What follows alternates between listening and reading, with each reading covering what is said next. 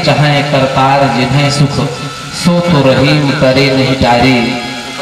उद्यम पौरुष कीन्हे बिना धन आपु ही आवत हाथ पसारे। सब देव हंसे अपनी अपना विधि के परपंच न जाए विचारे। और बेटा भयो वसुदेव के धाम दुंदुभि बाजत नंद के द्वारे।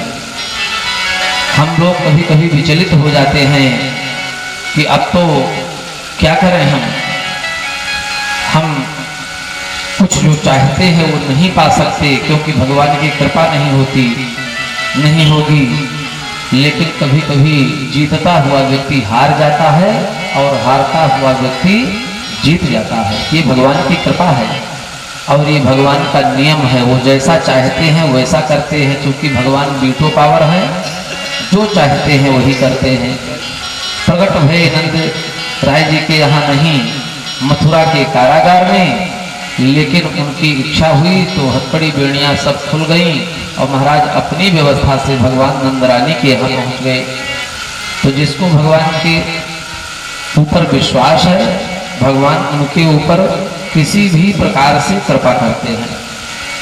नंदराय जी को इस बात का पता लगा कि मेरे यहाँ बालक का जन्म हुआ। जीवन का चौथा चरण है नंदराय का। सब लोगों ने जब जाना तो श्री नंदराय महाराज के यहाँ उत्सव मनाया जाने लगा और नंदराय जी ने सबसे पहले वाचयित्वा स्वस्तयनम जात कर्मात्मजस्य वै, अपने आत्मज अर्थात कन्हैया का स्वस्ति वाचन करवा करके जाति कर्म संस्कार करवाया। कारयामास विधिवत पितृदेवार्चनम तथा, और पितरों का पूजन करवाया, देवताओं का पूजन करवाया। आचार्य सुखदेव जी महाराज कहते हैं कि बालक दीर्घायु हो, बालक संस्कारी हो, इसलिए धेनु नाम नियुते प्रादाद विप्रेभ्यः समलंकते, ब्राह्मणों को बुला करके और गायों को समलंकित करके, खुर में चांदी मढ़वा करके, सींग में सोना मढ़वा करके, सुंदर रेशमी वस्त्र बढ़ा करके, विधवत फूल मालाओं से लाद करके और उनको चंदन टीका करके महाराज ब्राह्मणों को दान दिया गायों को। और तिलाग्रीन सप्त रत्नौघ सात कौंभवाम्रावृतान, कहा कि तिल के 7 पहाड़ बनवाए। 7 पहाड़ का मतलब इधर खड़ा हुआ व्यक्ति उस पार न दिखाई दे, उधर का व्यक्ति इधर से न दिखाई दे। इतने 7 पर्वत बनवाए तिलों के और उन पर रत्न रखे गए और उन्हीं रत्नों के साथ महाराज ब्राह्मणों को, याचकों को दान किया गया। तिल पाप नाशक होता है, बच्चे का पाप नष्ट हो, बच्चा दीर्घायु हो, ऐसा मान करके उन्होंने तिल का दान रत्न के सहित दिया। आचार्य सुखदेव जी महाराज कहते हैं गोपान गोकुल रक्षायाम निरूप्य मधुरांगतः, और मन में विचार किया।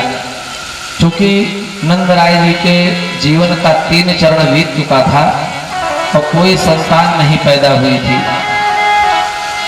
जिसके फलस्वरूप नंदराय जी ने अपने मन में विचार कर और कंस का कर नहीं दिया था। लेकिन आज जब बालक पैदा हुआ तो महाराज नंदराय जी ने मन में विचार किया कि अब कंस को कर दे आवे। और राजा के रोम रोम में महाराज भगवान का निवास होता है, बाल कृष्ण के लिए राजा से आशीष ले आवे। इस प्रकार अपने मन में विचार करके बैलगाड़ियों पर दूध, दही, घी, मक्खन जो भी कर देने की सामग्री थी सब लदवाया और नंदराय जी प्रेम पूर्वक अपने यादव साथियों को साथ लेकर के मथुरा के लिए रवाना हुए। इधर जब ग्रामवासियों ने देखा कि नंदराय जी के यहाँ बेटा पैदा हुआ है तो बहुत प्रसन्न हुए। नंदराय जी बड़े सेवक थे, सबको बड़ा प्रसन्न रखते थे, इसलिए सारे पुर के लोग नंदराय जी से बड़ा प्रेम करते थे। बेटा हुआ है ऐसा सोच करके उत्सव के लिए एक स्थान पर मिश्रित हुए सब लोग। नृत्य गायन चलने लगा। देवी जब कंस को डांट करके विंध्य पर्वत पर चली गई कि मूर्ख, तुझे मारने वाला मथुरा से गोकुल पहुंच चुका है, तेरी मृत्यु निश्चित है। मृत्यु तो सबकी निश्चित है, जो आएंगे सब जाएंगे।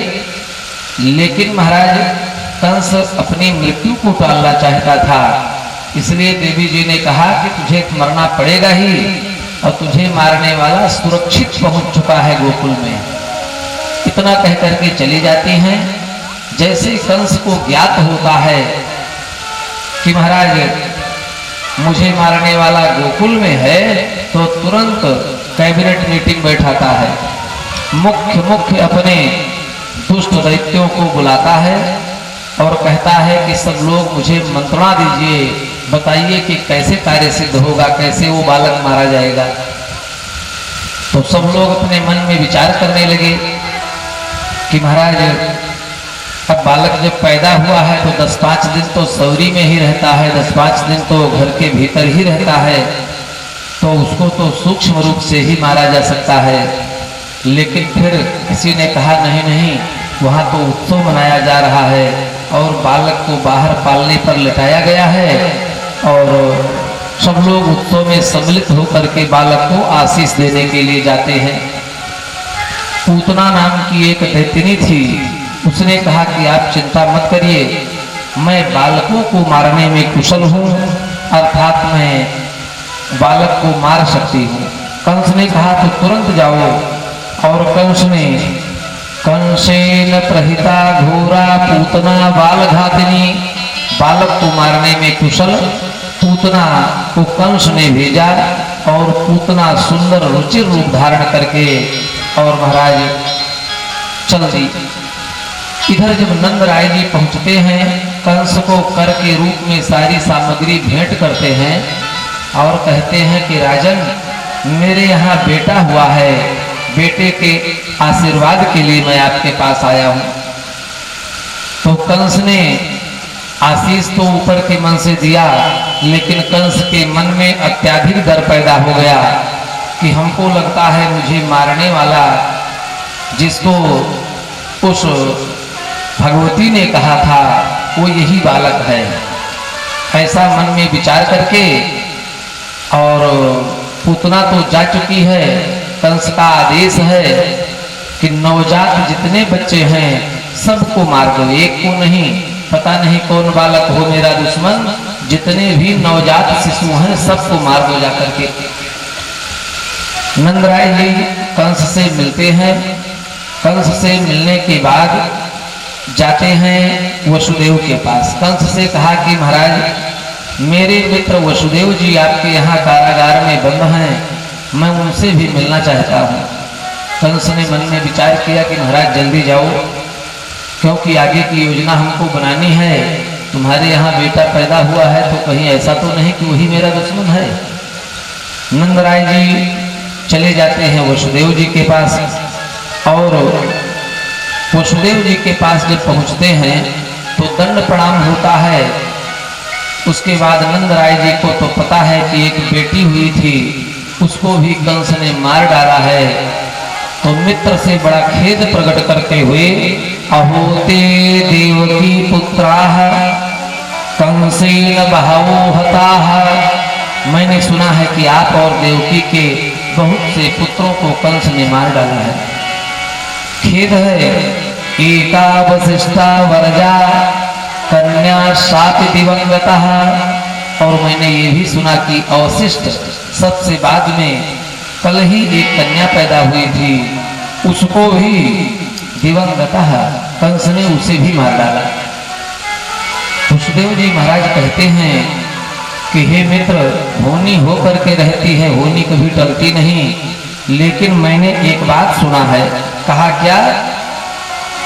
कहा करो वै वार्षिको दत्तो रागे दृष्टवा वयं चवः, अगर आपने राजा को कर दे दिया हो तो नेहस्थेयं बहुतिथं संतुत्पाताश्च गोकुले, मैंने सुना है कि इस समय गोकुल में बड़ा उत्पात हो रहा है, अगर आपने कर दे दिया है तो तुरंत आप यहाँ से निकल करके चले जाइए। इसलिए कहा कि जब रात्रि में मीटिंग हुई थी तो वसुदेव जी का इस बात का पता लग गया था कि बालक जितने भी नवजात पैदा हुए हैं व्रज में, गोकुल में, सबको मारने के लिए कंस ने आदेश दे दिया है। तो महाराज यहाँ वसुदेव जी कहते हैं कि हे राजन, हे महाराज, हे मित्र, आप चले जाइए तुरंत यहाँ से अपने घर और अपने परिवार की रक्षा के लिए। मैंने ये सुना है कि इस समय गोकुल में बड़े भयंकर उत्पात हो रहे हैं। कहा ठीक है महाराज, दंड प्रणाम करके चले जाते हैं। यहाँ पे महाराज कंस की भेजी हुई पूतना पहुंच जाती है और जब पहुंचती है तो उत्सव मनाया जा रहा है। जैसे कल यहाँ सब लोग नृत्य गायन कर रहे थे भगवान के जन्म पे, ऐसे वहां नाच गाना हो रहा था। बाल कृष्ण को घर से बाहर उसी स्थल पर जहां पर उत्सव मनाया जा रहा था पालने में ला करके लिटाया गया था।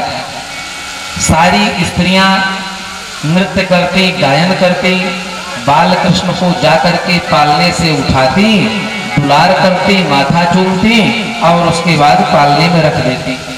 सब जाकर के दीर्घायु की कामना से महाराज बाल कृष्ण को आशीष देते थे।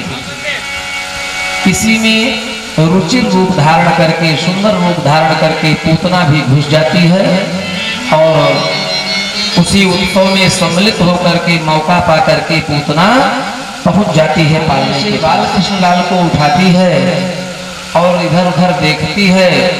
दूध पान करने के लिए, कराने के लिए, दुग्ध पान कराने के लिए बाल कृष्ण को अपने स्तन में लगाती है। भगवान कृष्ण ने अपने मन में विचार किया और दुग्ध पान करने लगे। जब भगवान कृष्ण दुग्ध पान करने लगे तो स्तन में तो कालकूट लगाया था, विष लगाया था। तो भगवान ने अपने मन में विचार किया कि देखो नाटक कैसा माता का करती है, दूध तो माँ ही पिलाती है, तो माँ का नाटक करती है और मुझे दूध के बजाय विष पिलाना चाहती है। इसलिए कन्हैया क्रोधित हो गए और जब कन्हैया क्रोधित हो गए तो पहले तो उन्होंने नेत्र बंद कर लिया। जब उन्होंने अपना आंख बंद कर लिया, जिसको संतगण कहते हैं कि कन्हैया आंख इसलिए बंद कर लिए कि अगर मेरे नेत्रों से यह देखी जाएगी तो ये इसकी मृत्यु नहीं होगी, मैं इसको मार नहीं पाऊंगा। क्योंकि जब माता दूध पिलाती है तो माता को बेटा मार थोड़े पाता है, इसलिए मेरे मन में दया आ जाएगी। अथवा अगर मैंने इसको देख लिया कृपा दृष्टि से तो इसका कल्याण तो हो ही जाएगा, और जब पहले ही कल्याण हो जाएगा तो मारने का इसका नाटक अभी खत्म हो जाएगा। अथवा अपने मन में विचार करके कि इसने कर्म कैसे कैसे किए हैं जीवन में, उसका अवलोकन कन्हैया करने लगे। नाना प्रकार से मत हैं संतों के। कन्हैया ने नेत्र बंद कर लिया। उसके बाद महाराज लेकर के स्तन पिलाते हुए चलती है। कन्हैया को क्रोध आता है और क्रोध करके, भगवान का क्रोध ही रुद्र है।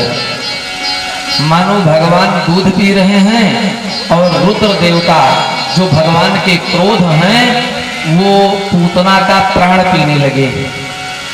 कि माता का नाटक करके स्तन में विष लगा करके ये दूध पिलाने के बहाने मुझे जहर पिला करके मारना चाहती है। यही भगवान ने सोच करके और क्रोधित होकर के भगवान रुद्र को प्रकट किया। स्वयं तो माता का दुग्ध पान किया और क्रोधित रुद्र ने पूतना का प्राण पीना शुरू कर दिया। अपने आपे के बाहर हो गई और अपने रूप में प्रकट हुई।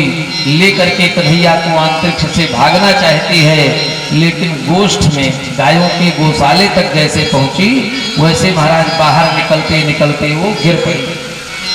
आचार्य सुखदेव जी महाराज कहते हैं कि 1.5 योजन का उसका शरीर हुआ गिरते समय। 1.5 योजन का मतलब 6 कोस। इतना बड़ा रूप उसने धारण किया और जब गिरी तो प्राण पखेरु तो उसके उड़ गए। तमाम वृक्षों को उसने तोड़ डाला अपने शरीर से गिरते समय। और बाल कृष्ण भगवान उसके पेट पर ही लेट करके खेल रहे हैं। वो तो लीलाधारी ही हैं। औरतें, गोपियां, गोपांगनाएं सब आती हैं। पुनः जब जाती हैं उस पालने के पास तो देखा बालकृष्ण तो है ही नहीं है। तो थोड़ी देर एक दूसरे को देखने लगी कि किसी ने कहीं बालकृष्ण को लिया तो नहीं है अपनी गोद में। लेकिन जब ये पता लगा कि बालक तो है ही नहीं है तो सारी गोपांगनाएं चिल्लाने लगी और महाराज रसभंग हो गया। ढूंढने के लिए इधर उधर दौड़ने लगी। एक रास्ता जो मथुरा को जाता है उसी तरफ को भागी सारी गोपियां और इधर वसुदेव जी महाराज के कहने से नंद राय जी वहां से जल्दी चल पड़ते हैं। अंत में नंद राय जी ने रास्ते में आकर के पुर के पास देखा तो वह पूतना मरी पड़ी थी। भगवान कृष्ण उसके पेट पर खेल रहे थे और इधर से गोपांगनाएं पहुंचती हैं। यशोदा मैया ने दौड़ करके बाल कृष्ण को उठाया, अपनी छाती से लगा लिया, सिर सूंघती हुई बालक को दुलार करती हुई कहीं मेरे बेटे को किसी ग्रह का प्रकोप न हो जाए, इस राक्षसी के द्वारा इसने गोद में ले लिया था, ऐसा सोच करके भागती हुई आती हैं गौशाले में और गौमूत्र से कन्हैया को स्नान कराती हैं, गौमूत्र छिड़कती हैं कन्हैया के ऊपर, गोबर का टीका लगाती हैं और गाय के पूंछ को छुआ छुआ करके भगवान के नामों का स्मरण करते हुए महाराज कन्हैया का झाड़ा करती हैं और ऐसा सोच करके कन्हैया को लेकर के चली जाती हैं। ग्वाल बाल मिल करके नंद राय इत्यादि विचार करते हैं और उस पूतना को कुल्हाड़ियों से काट करके सुंदर चिता बना करके उसका दाह करते हैं। आचार्य सुखदेव जी महाराज कहते हैं कि महाराज गाढ़म कराभ्याम भगवन प्रपीड्यत, भगवान के दूध पी लेने से मुख का स्पर्श स्तन के हो जाने से जब पूतना जलने लगी तो अगर की सुगंध आती थी। महाराज जो उसका जलने का धुआं था उस धुएं से अगर और धूप की सुगंध आती थी। ये भगवान सुखदेव जी कह रहे हैं भगवान के मुख का स्पर्श हो गया था शरीर से। ऐसे हैं भगवान। और भगवान ने अपने मन में विचार करके उस पूतना को वो गति दिया। भगवान अपने भक्तों पर अहद की कृपा करते हैं। जब कभी हम लोगों को कष्ट होता है तो दुख से दुखी होकर के हम भगवान को भी कोसने लगते हैं कि हमारे ऊपर सारा दुख हमको ही भगवान दे रहे हैं। लेकिन दुख देने पर भी भगवान का सुख कृपा ही छिपा होता है हमारे लिए। इसीलिए संत जन कहते हैं कि भगवान जो करते हैं अच्छे ही करते हैं। आचार्य सुखदेव जी महाराज कहते हैं कि अहो बकीयम स्तन कालकूटम, उस दुष्ट दैतनी को जिसने स्तन में कालकूट लगाया हुआ था, जिघांसया पाई यदत्य साध्वी, उसकी भगवान ने ऐसी गति करी जैसे साध्वी लेभे गतिम धात्र युचिताम ततोन्यम, उस भाई को एक क्षण के लिए मुख में दुग्ध पान कराने का उसने नाटक किया था, जिसके फलस्वरूप भगवान ने उसको दया करते हुए वो गति दिया था जो गति भगवान ने अपनी मैया यशोदा और महाराज देवकी को दिया था। वो भी उनकी मृत्यु के पश्चात, उससे पहले ही आज महाराज इस कालकूट लगाकर दूध पिलाने वाली पूतना को भगवान ने ऐसी गति दिया। भगवान सुखदेव जी कहते हैं कंवा दयालु शरणम व्रजेम, हे मनुष्य, हे भक्तगण, ऐसे दयालु भगवान की शरण में जाओ तो कोई घाटा नहीं है, भगवान की कृपा हो जाएगी तो जीवन और मरना दोनों संवर जाएगा। इस प्रकार से भगवान की कृपा हुई पूतना के ऊपर और प्रेम पूर्वक जो है पूतना को सुंदर गति प्राप्त हुई। आचार्य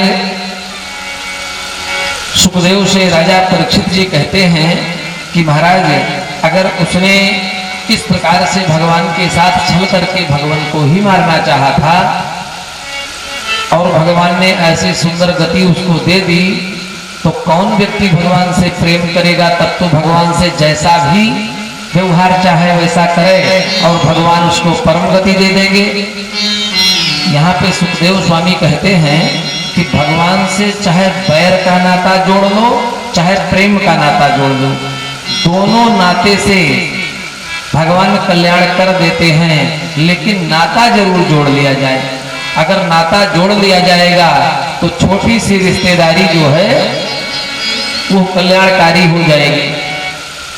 अब ये है कि जो प्रेम का नाता जोड़ेंगे उनकी मृत्यु भी होगी तो दुनिया जय जयकार करेगी, और बैर का नाता जोड़ा जाएगा, भगवान को ठगने की कोशिश किया जाएगा तो महाराज मृत्यु उसकी भी होगी, भगवान का स्पर्श पा करके कल्याण उसका भी होगा, लेकिन मृत्यु में अंतर हो जाएगा।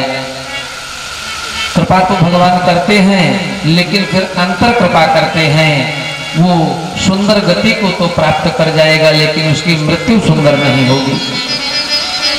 स्वामी सुखदेव जी कहते हैं कि ये राजा बलि की कन्या थी और पिछले जन्म में इसने जो है भगवान का स्मरण करके भगवान से नेह लगाया था। अब कैसा नेह था महाराज? तो भगवान सुखदेव जी महाराज कहते हैं कि जिस समय पर बलि का राज्य था तो बलि ने अपने मन में विचार किया कि यज्ञ याग आदि करके भगवान को प्रसन्न करके और भगवान से अमरापुरी इंद्रलोक आदि मांग लिया जाए और अमरापुरी में आनंद से विहार किया जाए। ऐसा सोच करके राजा बलि ने, आचार्य सुखदेव जी कहते हैं कि चाहे जितना अच्छा कार्य संसार में करो, लेकिन अगर उस कार्य करने के बाद भगवान से कुछ पा करके और समाज के लिए अनिष्ट सोचना है तो वो कार्य कभी सिद्ध नहीं होता, और सिद्ध हो भी जाएगा तो उसका ठीक ठीक फल नहीं होता। क्योंकि मन एवं मनुष्याणाम कारण बंधन मोक्षयो, अगर बहुत बड़ा काम नहीं कर पाएंगे और मन में अच्छा करने का रहेगा तो मानसिक पुण्य प्राप्त हो जाएगा और कल्याण हो जाएगा। लेकिन बहुत अच्छा कार्य कर दिया जाए लेकिन मन खराब हो किसी के प्रति तो वह स्वयं के लिए दुखदाई हो जाता है। आचार्य सुखदेव जी महाराज कहते हैं कि जब बलि का राज्य था, बलि यज्ञ करने लगा तो यज्ञ नारायण भगवान ने वहां जाना चाहा। देवी अदिति और कश्यप के यहाँ भगवान ने कृपा किया था और भगवान का प्रादुर्भाव हुआ। समय आया, भगवान वामन के रूप में कश्यप और अदिति के यहाँ आए थे, और जब उनका संस्कार होने लगा तो महाराज यज्ञोपवीत संस्कार का जब समय आया तो भगवान की ऐसी कृपा हुई। और यज्ञोपवीत संस्कार में बालक जो है यज्ञोपवीत के समय भिक्षाटन करता है। पहले का ये नियम था कि जब बच्चा गुरुकुल में पढ़ने लायक हो जाता था तो गुरुकुल को वहाँ पर उसका समावर्तन होता था, कर्णवेद होता था, यज्ञोपवीत होता था, मुंडन संस्कार होता था, तब उसको वेद पढ़ने का अधिकार प्राप्त होता था।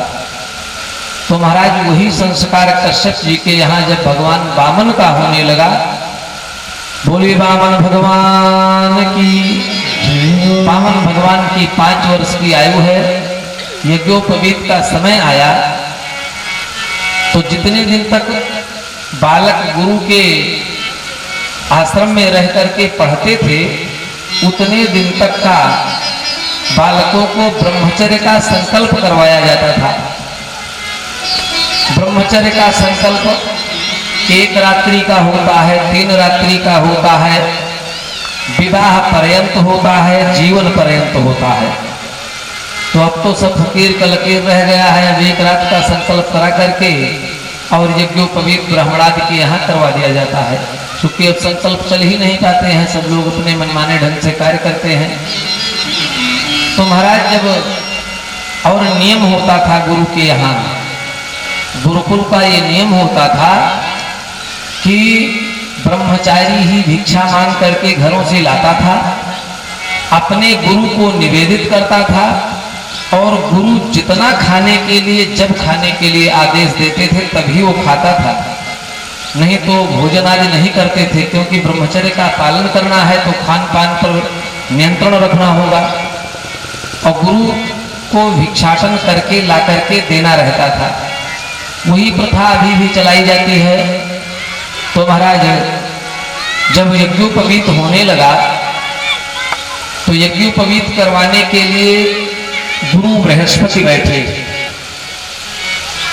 कश्यप जी महाराज बालक के कल्याण के लिए संकल्प करके, और उनकी पत्नी अदिति जो हैं वामन भगवान की माता, वो भिक्षाटन के विषय में अन्न लेकर के, और भवती माता भिक्षाम देहि, इस शब्द के द्वारा जब वामन भगवान ने भिक्षा मांगा अपनी माता से, तो माता अदिति ने उनको भिक्षा दिया। और जब भिक्षा दिया तो उस भिक्षा को गुरु को निवेदित किया जाता है। तो महाराज वामन भगवान ने अपनी माता से भिक्षा लेकर के और अपने गुरुदेव भगवान को, बृहस्पति को निवेदित किया। अब वहां पर महाराज भगवती पार्वती भी आई हैं, वहां पर वैष्णवी भी आई हैं, ब्रह्माणी भी आई हैं, सब लोग आई हैं। सब लोगों ने भिक्षा देना प्रारंभ किया। तो जब सब लोगों ने भिक्षा देना प्रारंभ किया, वामन भगवान भिक्षा ले लेकर के अपने गुरु बृहस्पति को निवेदित कर रहे हैं। तो जैसे गुरु बृहस्पति को देने लगे भगवान, तो बृहस्पति जी ने कहा कि भगवान, ये आटा चावल दाल मांगने के लिए आपका प्राकट्य नहीं हुआ है। आपका प्राकट्य ये आटा चावल दाल मांगने के लिए नहीं हुआ है। आप जिस कार्य के लिए आए हैं वो कार्य कीजिए। तो वामन भगवान के समझ में आ गया और प्रेम पूर्वक वामन भगवान वहां से चल देते हैं।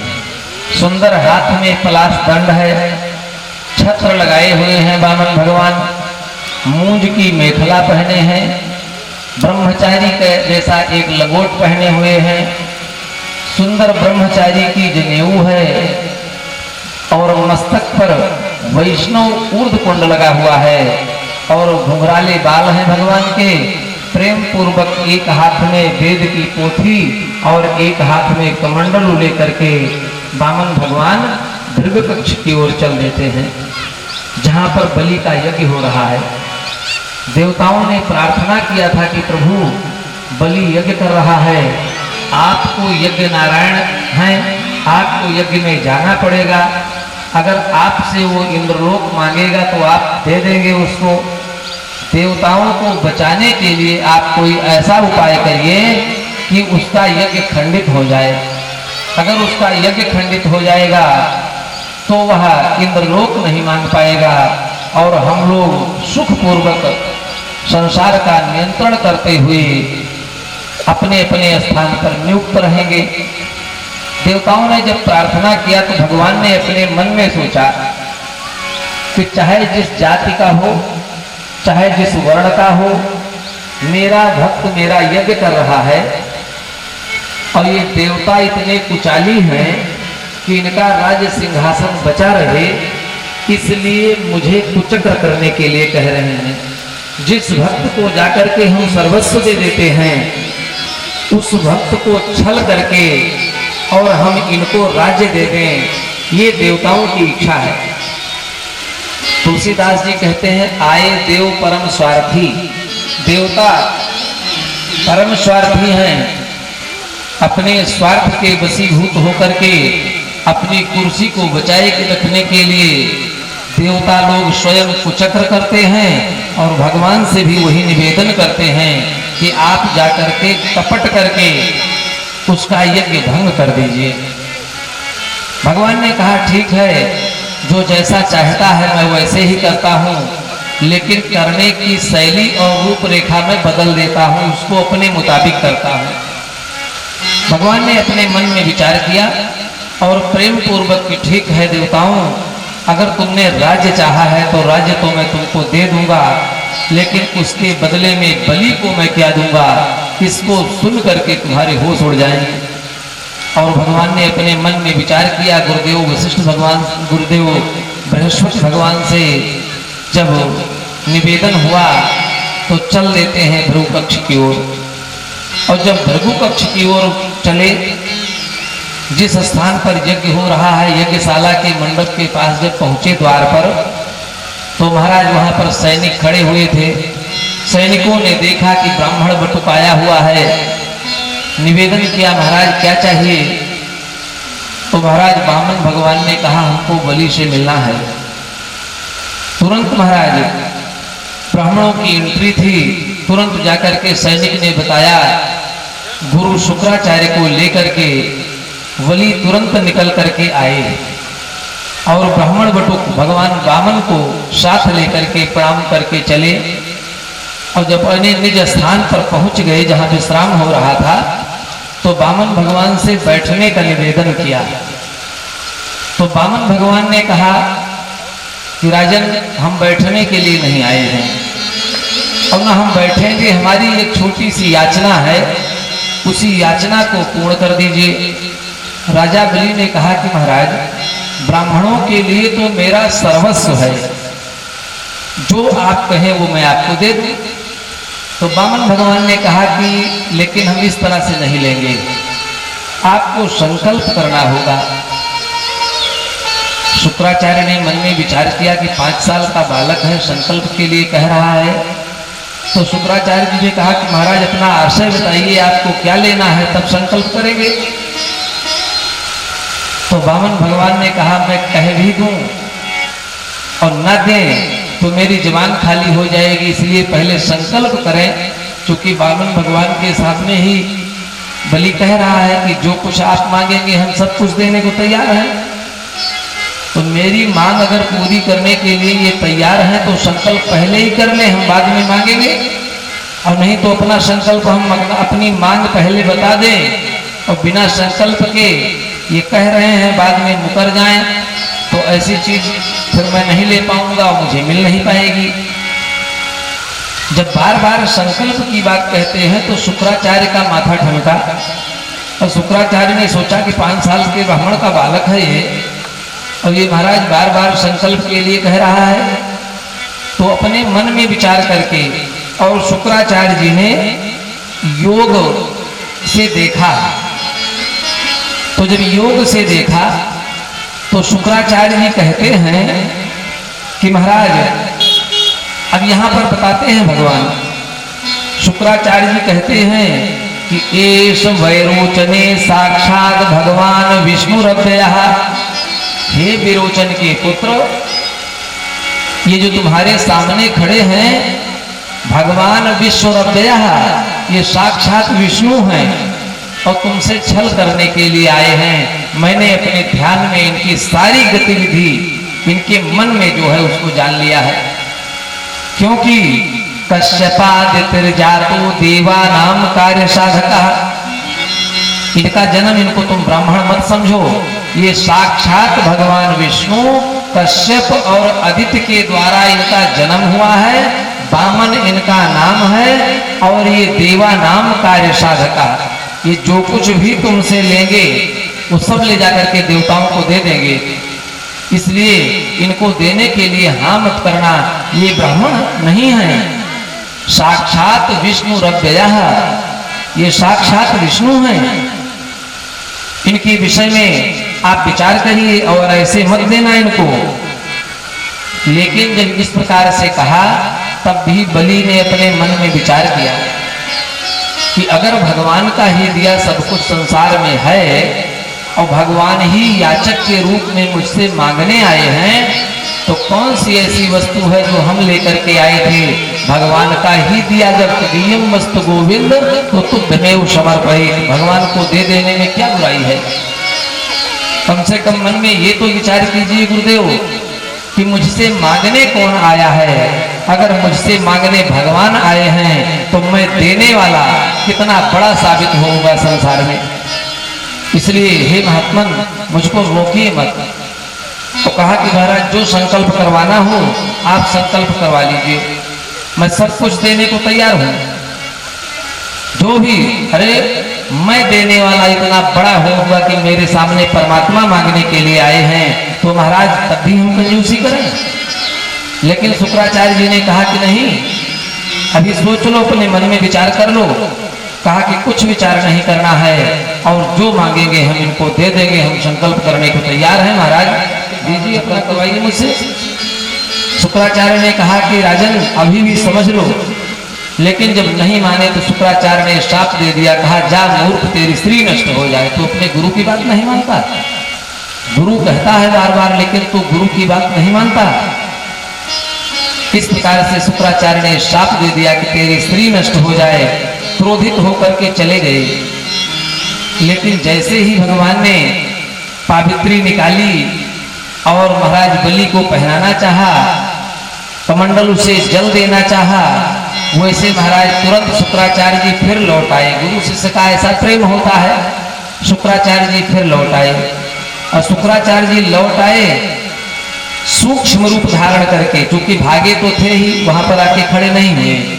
सूक्ष्म रूप धारण करके और भगवान के कमंडल की टोटी में घुस गए कि अब घुस जाएंगे इसी में, कमंडल से जल नहीं निकलेगा। क्योंकि संकल्प में जल का महत्व होता है, जल का ही सारा महत्व है। तो अगर ये संकल्प नहीं कर पाएंगे तो फिर काम। अब इन्होंने ये विचार नहीं किया शुक्राचार्य जी ने कि टोटी से जल नहीं गिरेगा तो ऊपर से गिरा गया। लेकिन अब उनके मन में छोटा छोटा छिद्र भी नहीं छोड़ना चाहते अपने चेला के लिए, कि चेला हमारा कंगाल ना हो जाए, ये सुखपूर्वक जीवन व्यतीत करे, इसकी राज्य लक्ष्मी इसके पास रहे। ये गुरु का भाव है। जब महाराज घुस गए उसी कमंडल की टोटी में, तो भगवान तो हरि अंतर्यामी सब जाने। बस भगवान ने क्या किया कि जो कुशा देने वाले थे भगवान उनको हाथ में संकल्प के लिए पकड़ने के लिए, उसी कुशा से उस कमंडल की टोटी में जो छेद था उसी से कई बार चुभो दिया भगवान ने। और जब कई बार चुभो दिया भगवान ने तो शुक्राचार्य की आंख में लग गया। और जो शुक्राचार्य की आंख में महाराज वो कुशा लगा तो शुक्राचार्य की आंख फूट गई। आंख फूट गई, शुक्राचार्य जी आंख दबा करके निकल करके बड़े जोर से भागे, रोते चिल्लाते हुए। रेवती, अश्विनी, भरणी, कृतिका, रोहिणी, मृगशिरा 6 नक्षत्र शुक्रांध होते हैं। तो जब माताओं को बालकों को ले जाना होता है और शुक्र सन्मुख होता है तो वही शुक्रांध देखा जाता है कि कब शुक्रांध होगा। उस समय पर 6 दिन शुक्राचार्य की दृष्टि जो है पृथ्वी पे नहीं पड़ती है, क्योंकि वो आंख दबाए हुए हैं, छटपटा रहे हैं, इधर उधर बंदर की तरह कूद रहे हैं, तो उनकी दृष्टि पृथ्वी पे नहीं पड़ती, तो उसी के बीच में साइट बन जाती है। अब शुक्राचार्य जी निकल करके भागे और जब छिद्र खाली हो गया तो भगवान ने कुशा रख दिया। और उसके बाद फिर हरि ओम तत्सत विष्णु विष्णु विष्णु बता दिया कि वास्तव में हम विष्णु हैं। अब तुम संकल्प के लिए हाथ में ले लिए हो तो मैं तुमसे छल नहीं करूंगा। 3 पग भूमि, पदानि त्रीणि दैत्रेन्द्र संमितानि पदा मम। हे दैत्यराज, मैं 3 पग भूमि का संकल्प करवा रहा हूं, मात्र 3 पग भूमि का। पदानि त्रीणि दैत्येन्द्र संमितानि पदा मम। अब तो राजा बलि ने अपना सिर पीट लिया, कहा महाराज हम तो जानते थे तुम ब्राह्मण पुत्र हो, बहुत बुद्धिमान हो, लेकिन जैसे तुम्हारी 5 साल की उम्र है वैसे तुम्हारी छोटी सी बुद्धि है। गुरु को काना भी कर दिया, गुरु ने मुझे श्राप भी दे दिया कि तेरा ऐश्वर्य नष्ट हो जाए। अवंत में आपने मांगा तो 3 पग भूमि। भगवान कहते हैं कि राजन नान्यते कामये राजन वदान्या जगदीश्वरात् नैनः प्राप्नोति वै विद्वान्या वदर्थ प्रतिगृहा। विद्वानों का मत है, शास्त्रादेश है कि जितने में काम चल जाए दक्षिणा भी उतनी ही मांगनी चाहिए, उससे ज्यादा मांगने में दोष है। उससे ज्यादा अगर मिल भी जाए संयोगवश और ले भी लिया जाए तो उससे उसका परिहार करना चाहिए, नहीं तो कुल खानदान नष्ट हो जाता है।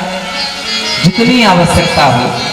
अब ये अगर बात यहाँ पर कही जाए मृतलोक में तो महाराज 10, 20, 50 फॉर्च्यूनर और 1-8 2 हेलीकॉप्टर हो जाए, इतनी आवश्यकता है। लेकिन नहीं, जिस वर्ण के लिए जितनी आवश्यकता शास्त्र ने बताई है, उस विषय को सोच करके भगवान कहते हैं कि पदानि त्रीणि दैत्येन्द्र सम्मितानि पदामम, जितना शास्त्र सम्मत है उतना ही लेना चाहिए। प्रतिगृहा लेना भी उतना ही चाहिए जितने में काम चल जाए, नहीं तो महाराज लेने में भी दोष लगता है। देने में पुण्य होता है, लेने में पाप होता है। तो जितने पाप का परिहार कर दिया जाए मंत्र जप करके, पूजा पाठ करके, भगवान की शरणागति करके, उतना ही लिया जाए, नहीं तो कुल को नष्ट करने वाला हो जाता है। तो महाराज 3 पग भूमि मात्र आपको चाहिए, जहां तुम्हारी इच्छा हो वहां नाप लो। चाहो तो मेरे महल के सामने नाप लो। 3 पग भूमि की क्या बात, संकल्प कराने की क्या जरूरत थी? क्या बलि को आपने दानवीरों में इतना कमजोर समझा था? भगवान ने कहा आपको हमने संकल्प करा दिया है, हमारा जहां मर्जी होगा वहां नापेंगे, तुम्हारे कहने से नहीं नापेंगे। महल के सामने नाप ले कि पूरा महल नाप ले कि त्रिलोकी का महल नाप लें, ये हमारी इच्छा है। और अंत में महाराज भगवान ने अपने रूप को बढ़ाना शुरू किया। और जब रूप को बढ़ाना शुरू किया भगवान ने, तो महाराज दाहिना चरण उठाया भगवान ने, तो ब्रह्मलोक तक पहुंचा दिया। ब्रह्मा जी ने देखा कि भगवान का चरण ब्रह्मलोक में प्रविष्ट हुआ है, तो अपने कमंडल से जल लेकर के भगवान का चरण धोया और उसको फिर उसी कमंडल में लेकर के रख दिया। वही भगीरथ जी लेकर के आए थे, वही देव नदी गंगा है, जिनको विष्णुपदी कहा जाता है। वो भगवान के चरणों का धोवन ही है। दूसरा बायां पैर भगवान ने, अब ऊपर के सारे आवरण, भूर लोक, भुवर लोक, स्वर लोक, जन लोक, तप लोक, महर लोक, सत्य लोक, ऊपर के 7 लोकों को भगवान ने एक चरण में नाप लिया। अब बारी आई नीचे के लोक को नापने की, तो बायां पैर रसातल की ओर भगवान ने फैला दिया। और महाराज अतल, वितल, सुतल, तलातल, रसातल, धरातल, महातल, सब 7 वर्ण आवरण नीचे के नाप लिए। 2 पग में भगवान ने 14 भुवनों को नाप लिया। और उसके बाद कहा राजन 1 पग अभी बाकी है। तो बलि ने कहा कि महाराज जैसे आप नापने वाले उदार हैं, वैसे मैं देने में भी उदार हूं। 1 पग में और बैठ गया महाराज नीचे। कहा 1 पग उठा करके मेरे सिर पर रख दीजिए और मुझे नाप लीजिए। भगवान तो यही चाहते थे कि ये मेरा दास हो जाए। यज्ञ कर ही रहा है, यज्ञ में भगवान आए हैं, भगवान को कुछ उसे देना है यज्ञ के रूप में, यज्ञ के मांग में। तो भगवान ने अपने मन में विचार किया कि ठीक है, उठा करके सिर पर रख दिया और कहा कि बलि अब तुम मेरे दास हो गए हो। आचार्य सुखदेव जी कहते हैं कि त्रेता में केवट का तो इतना भाग्य था कि जब भगवान को खड़ा करके पैर धोने लगा तो धीरे धीरे धोता था, धीरे धीरे धोता था। भगवान ने कहा भैया देर क्यों कर रहे हो, एक पैर से मैं खड़ा हूं और तुम एक एक रेखा के कण निकाल रहे हो। तो कहा कि महाराज चरण की धूली से ही तो पत्थर नारी बन गई थी, अब अगर वही धूली कहीं लगी रही और हमारी नाय जो है ये नारी बन गई तो एक से तो हम परेशान हैं महाराज, और जो दूसरी तरफ को खींचेगी तो हम क्या करेंगे। इसलिए हमको ठीक से धो लेने दो। थोड़ी देर फिर बीता तो भगवान ने कहा केवट हम गिर जाएंगे। तो कहा कि गिरोगे नहीं, अगर गिरना ही है महाराज तो मेरे सिर पर हाथ रख करके सहारा ले लो। आचार्य सुखदेव जी कहते हैं, तुलसीदास जी मन में विचार करते हैं कि जिसको भगवान का सहारा चाहिए वो चतुराई करके भगवान से कहता है कि महाराज गिर जाए का डर है तो मेरे सिर का सहारा ले लो, मेरे सिर पर हाथ रख दो। भगवान को रखना पड़ा, लेकिन आज यहाँ पर हाथ नहीं, हाथ तो मानो आधे ऐश्वर्य देने वाला है। आज बलि दैत्य होते हुए भगवान का इतना बड़ा भक्त निकला। कहा महाराज अपना चरण उठा करके हमारे सिर पर रख दीजिए। जो माथा व्यक्ति भगवान के चरण पर रखता है, आज भगवान बाध्य हो गए और अपने भक्त के सिर पर अपना चरण रखना पड़ा। और जैसे चरण रखा भगवान ने, तैसे बलि ने कहा महाराज मैं धन्य हो गया, मैं क्या लेकर के आया था, मैंने आपको क्या दिया। आचार्य सुखदेव जी कहते हैं कि महाराज देवता परम मूर्ख हैं, देवताओं की बुद्धि नहीं है। देवताओं का कहना भगवान मानते हैं और देवताओं के सामने त्रिलोकीनाथ जब प्रकट हुए तो महाराज देवता जैसे अनित्य हैं, नष्ट होने वाले हैं। छिन्ने पुण्य मृतलोके विशंति, पुण्य छीन होता है तो देवता भी पृथ्वी पर गिरते हैं आकर के। उसी प्रकार से महाराज भगवान को जो परम नित्य हैं, भगवान से भी देवताओं ने वही नष्ट होने वाली वस्तु मांगी और यज्ञ करने के कारण राजा बलि को भगवान ने प्रेम पूर्वक अपने आप को दे दिया। जब राजा बलि के ऊपर पैर रख दिया, भगवान ने तीसरे पग में उसको नाप लिया, तो राजा बलि ने कहा कि भगवान अब सब आपका है, आपका ही था और आपका ही है, उसमें हमारी कोई प्रभुता नहीं है कि मैंने आपको कुछ दे दिया। मैंने यज्ञ किया था इसलिए प्रेम से आपने मुझसे मांगा, और अगर भ्रष्टता करते तो धनुष बाण की नोक पर आप ले लेते, मेरा कोई घाटा नहीं है। भगवान ने कहा इतना उदार मेरा भक्त है, तो कहा कि अब तुम कुछ चाहो तो मांग लो। भगवान ने कहा मैं मूर्ख नहीं हूं भगवान कि देवताओं की तरह इसी राज्य को फिर मांग लूंगा। अगर बलि चाहता तो कह देता महाराज जो नापा है सब दे दो हमको, लेकिन बलि ने भगवान से कहा मानो सुखदेव जी कहते हैं राजन, जिस राज्य को तुम सहज छोड़ करके चले आए हो उस राज्य को बलि दे रहा है, इसमें कोई बड़ी प्रभुता नहीं है। मैं तुमको ये कथा सुनाऊं ये कोई अच्छी बात नहीं है, क्योंकि तुम तो पहले ही राज्य छोड़ करके गंगा किनारे चले आए हो, तुम तो बलि से भी महान हो। वहां तो भगवान मांगने पहुंचे और यहाँ तुम बिना मांगे हुए छोड़ करके चले आए हो। कही ये कथा संसार हित। बलि ने कहा कि महाराज मैं वो राज्य नहीं मांगूंगा आपसे, मुझे वो मेरे स्वार्थी देवताओं को दे दीजिए।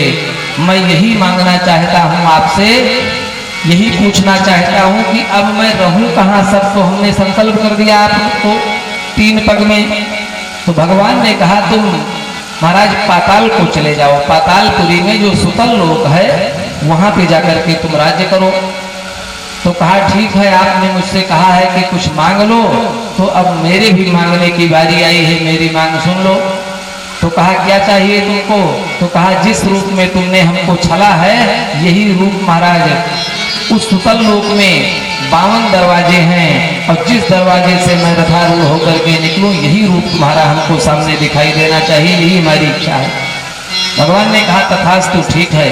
स्वामी सुखदेव जी कहते हैं देवता परम मूर्ख संसारी वस्तु भगवान से लेकर के बैठे रहे राज्य करने के लिए। देवता अमर हैं, कोई दैत्य आता है झगड़ा करता है, युद्ध होता है, देवता फिर भी भागते हैं, गिरकंदराओं में जाके छुपते हैं।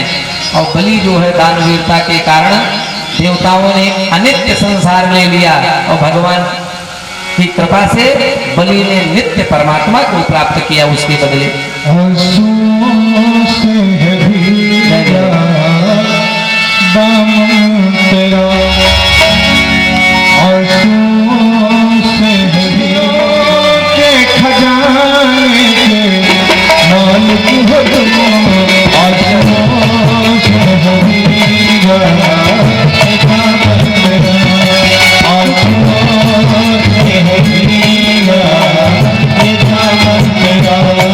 खुशियों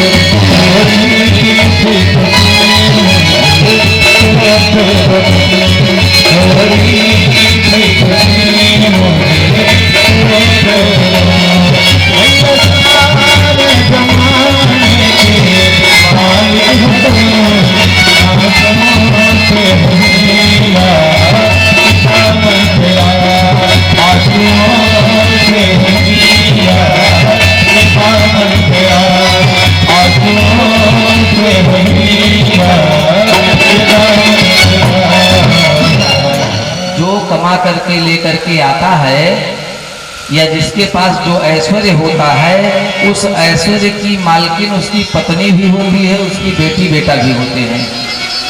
तू चल करके कहे। अब उसको भी बुरा लगा था कि सब भगवान ने नाप लिया, हम कहाँ जाएंगे, तो वो भी आया, उसको भी लेकर के शुक्राचार्य जी आए और विंध्यावली ने कहा कि भगवान आपने इनसे अकेले क्यों मांगा है, मुझसे भी मांगना चाहिए था, इस पर अधिकार तो मेरा भी है, मेरे बेटे बेटों का भी अधिकार है, क्योंकि सब लोग रह रहे हैं, इस राज्य पर सारे परिवार का अधिकार है, आपने केवल इनसे मांगा है। वली ने कहा कि देवी पत्तनात् त्रायते, जो पत्नी वही है जो पति को पतन से बचा ले, और तुम क्या मुझको अपना अधिकार दिखा करके पतित करना चाहती हो कि मेरा पतन हो जाए। तो शुक्राचार्य जी ने कहा नहीं नहीं बली, पतन नहीं होगा तुम्हारा। ऋग्वेद में लिखा है कि अपने धन को 5 भाग में विभक्त करके उसके बाद दान पुण्य करना चाहिए। मैं अभी भी तुमको नीति बताता हूँ। भगवान वैदिक विद्वान है, वेद के वांग्मय मूर्ति है भगवान, ये सब जानते हैं, ये हाँ करेंगे। मैं तुमसे बताता हूँ कि 5 भागों में धन को बांट करके उसके बाद फिर अपना कार्य करना चाहिए, दान पुण्य करना चाहिए। सब दान करने का अधिकार किसी को नहीं है। तो विंध्यावली ने उजुर्दारी किया है तो इसकी बात मानना चाहिए भगवान को। और शुक्राचार्य जी कहते हैं कि एक तो धर्म के लिए, दूसरा भोग के लिए, तीसरा यश के लिए, चौथा अभिवृद्धि के लिए, कि घाटा हो रहा हो तो कहीं से व्यवस्था करके उसको पूरा किया जाए, और 5वां भाग स्वजनों के लिए होता है। एक व्यक्ति मालिक बन करके सारा कुछ संकल्प दे तो 4 लोग घर के जो और है वो क्या खाएंगे, वो निरी हो जाएंगे। 5 भागों में बांट करके तब तुम्हारा 1 भाग पे अधिकार बनता है। तो बलि ने कहा इसका मतलब मैंने हाँ कर लिया, अब मैं झूठ बोल दूं, अब मैं ना कर दूं। तो शुक्राचार्य जी ने कहा कि देखो हम आपको एक बात बताएं, ये भी नीति है, व्यक्ति को कुछ जगहों पर झूठ बोल लेना चाहिए और झूठ बोलने का उतना पाप नहीं लगता है। स्त्री सुनर्म विवाहे चा कृत्यर्थे प्राण संकटे, कहा कि पत्नी से हाथ परिहास में किसी प्रकार से झगड़ा हो गया हो, अब वो जिस चीज से प्रसन्न होना चाहती हो, हास परिहास में अगर उसके लिए तुम हाँ कर दोगे कि हम ला करके दे देंगे और गृहस्थी सुधर जा रही हो तो झूठ बोल देना चाहिए, इतना ज्यादा पाप नहीं लगता है। और वृत्त्यर्थे, अब मन में विचार करिए 10 रुपए की कोई चीज लेकर के आए हैं और आप बेच रहे हैं और किसी खास व्यक्ति से बता दीजिए कि हम 10 कल आए हैं या 10 में देंगे, तो आपको यही कहेगा कि अरे यार अब तो हमें 10 में दे दीजिए हमको, हम तो तुम्हारे खास हैं। तो 25 पैसे का घाटा हो रहा हो अगर, तो उस समय पर 11 बता दिया जाएगा तो कोई दोष नहीं है, क्योंकि परिपालन के लिए कुछ चाहिए। और वृत्त्यर्थे प्राण संकटे, प्राण संकट में पड़ा हो और उस समय पर बड़ी उदारता से कह दिया जाए हाँ चलो ये काम तुम्हारा हम कर देंगे, प्राण बच रहा है, तो भी पाप नहीं लगेगा। अब गो ब्राह्मणार्थे हिंसायाम, गाय की हिंसा हो रही हो तब झूठ बोल देना, और महाराज ब्राह्मण की हिंसा हो रही हो तब झूठ बोल देना। कहा कि इन जगहों पर 6-7 जगहों पर अगर झूठ बोल दिया जाता है तो कोई ज्यादा दोष नहीं लगता, दोष तो लगता है लेकिन उतना ज्यादा दोष नहीं लगता। तो ये शास्त्र के वचन है, अगर तुम चाहो तो भी ना कर सकते हो और भगवान को मानना पड़ेगा। बलि ने कहा मैं ना नहीं करूंगा और मैं इस राज्य का स्वामी हूं, मैंने भगवान को दे दिया तो दे दिया, अब मैं इस बात को वापस नहीं लूंगा। इस प्रकार से भगवान ने अपने मन में विचार किया और बलि कहता है कि न असत्यात परो धर्म, सत्य से बढ़कर दूसरा कोई धर्म नहीं है। सत्य न दूसर धर्म, धर्म न दूसर सत्य समाना, सत्य के समान दूसरा धर्म नहीं है।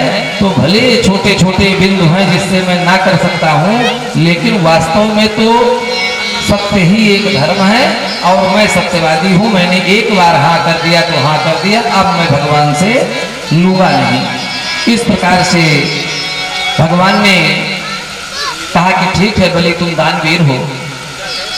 अब जब भगवान को चलना पड़ा वहां से, क्योंकि भगवान तो चले जाएंगे, राज्य तो देवताओं को दे दिया भगवान ने, और जब भगवान को चलने का समय आया कि अब यहाँ से सुतल लोग को चले जाएंगे, तो भगवान ने बलि से कहा कि चलिए हम आपके साथ चलते हैं।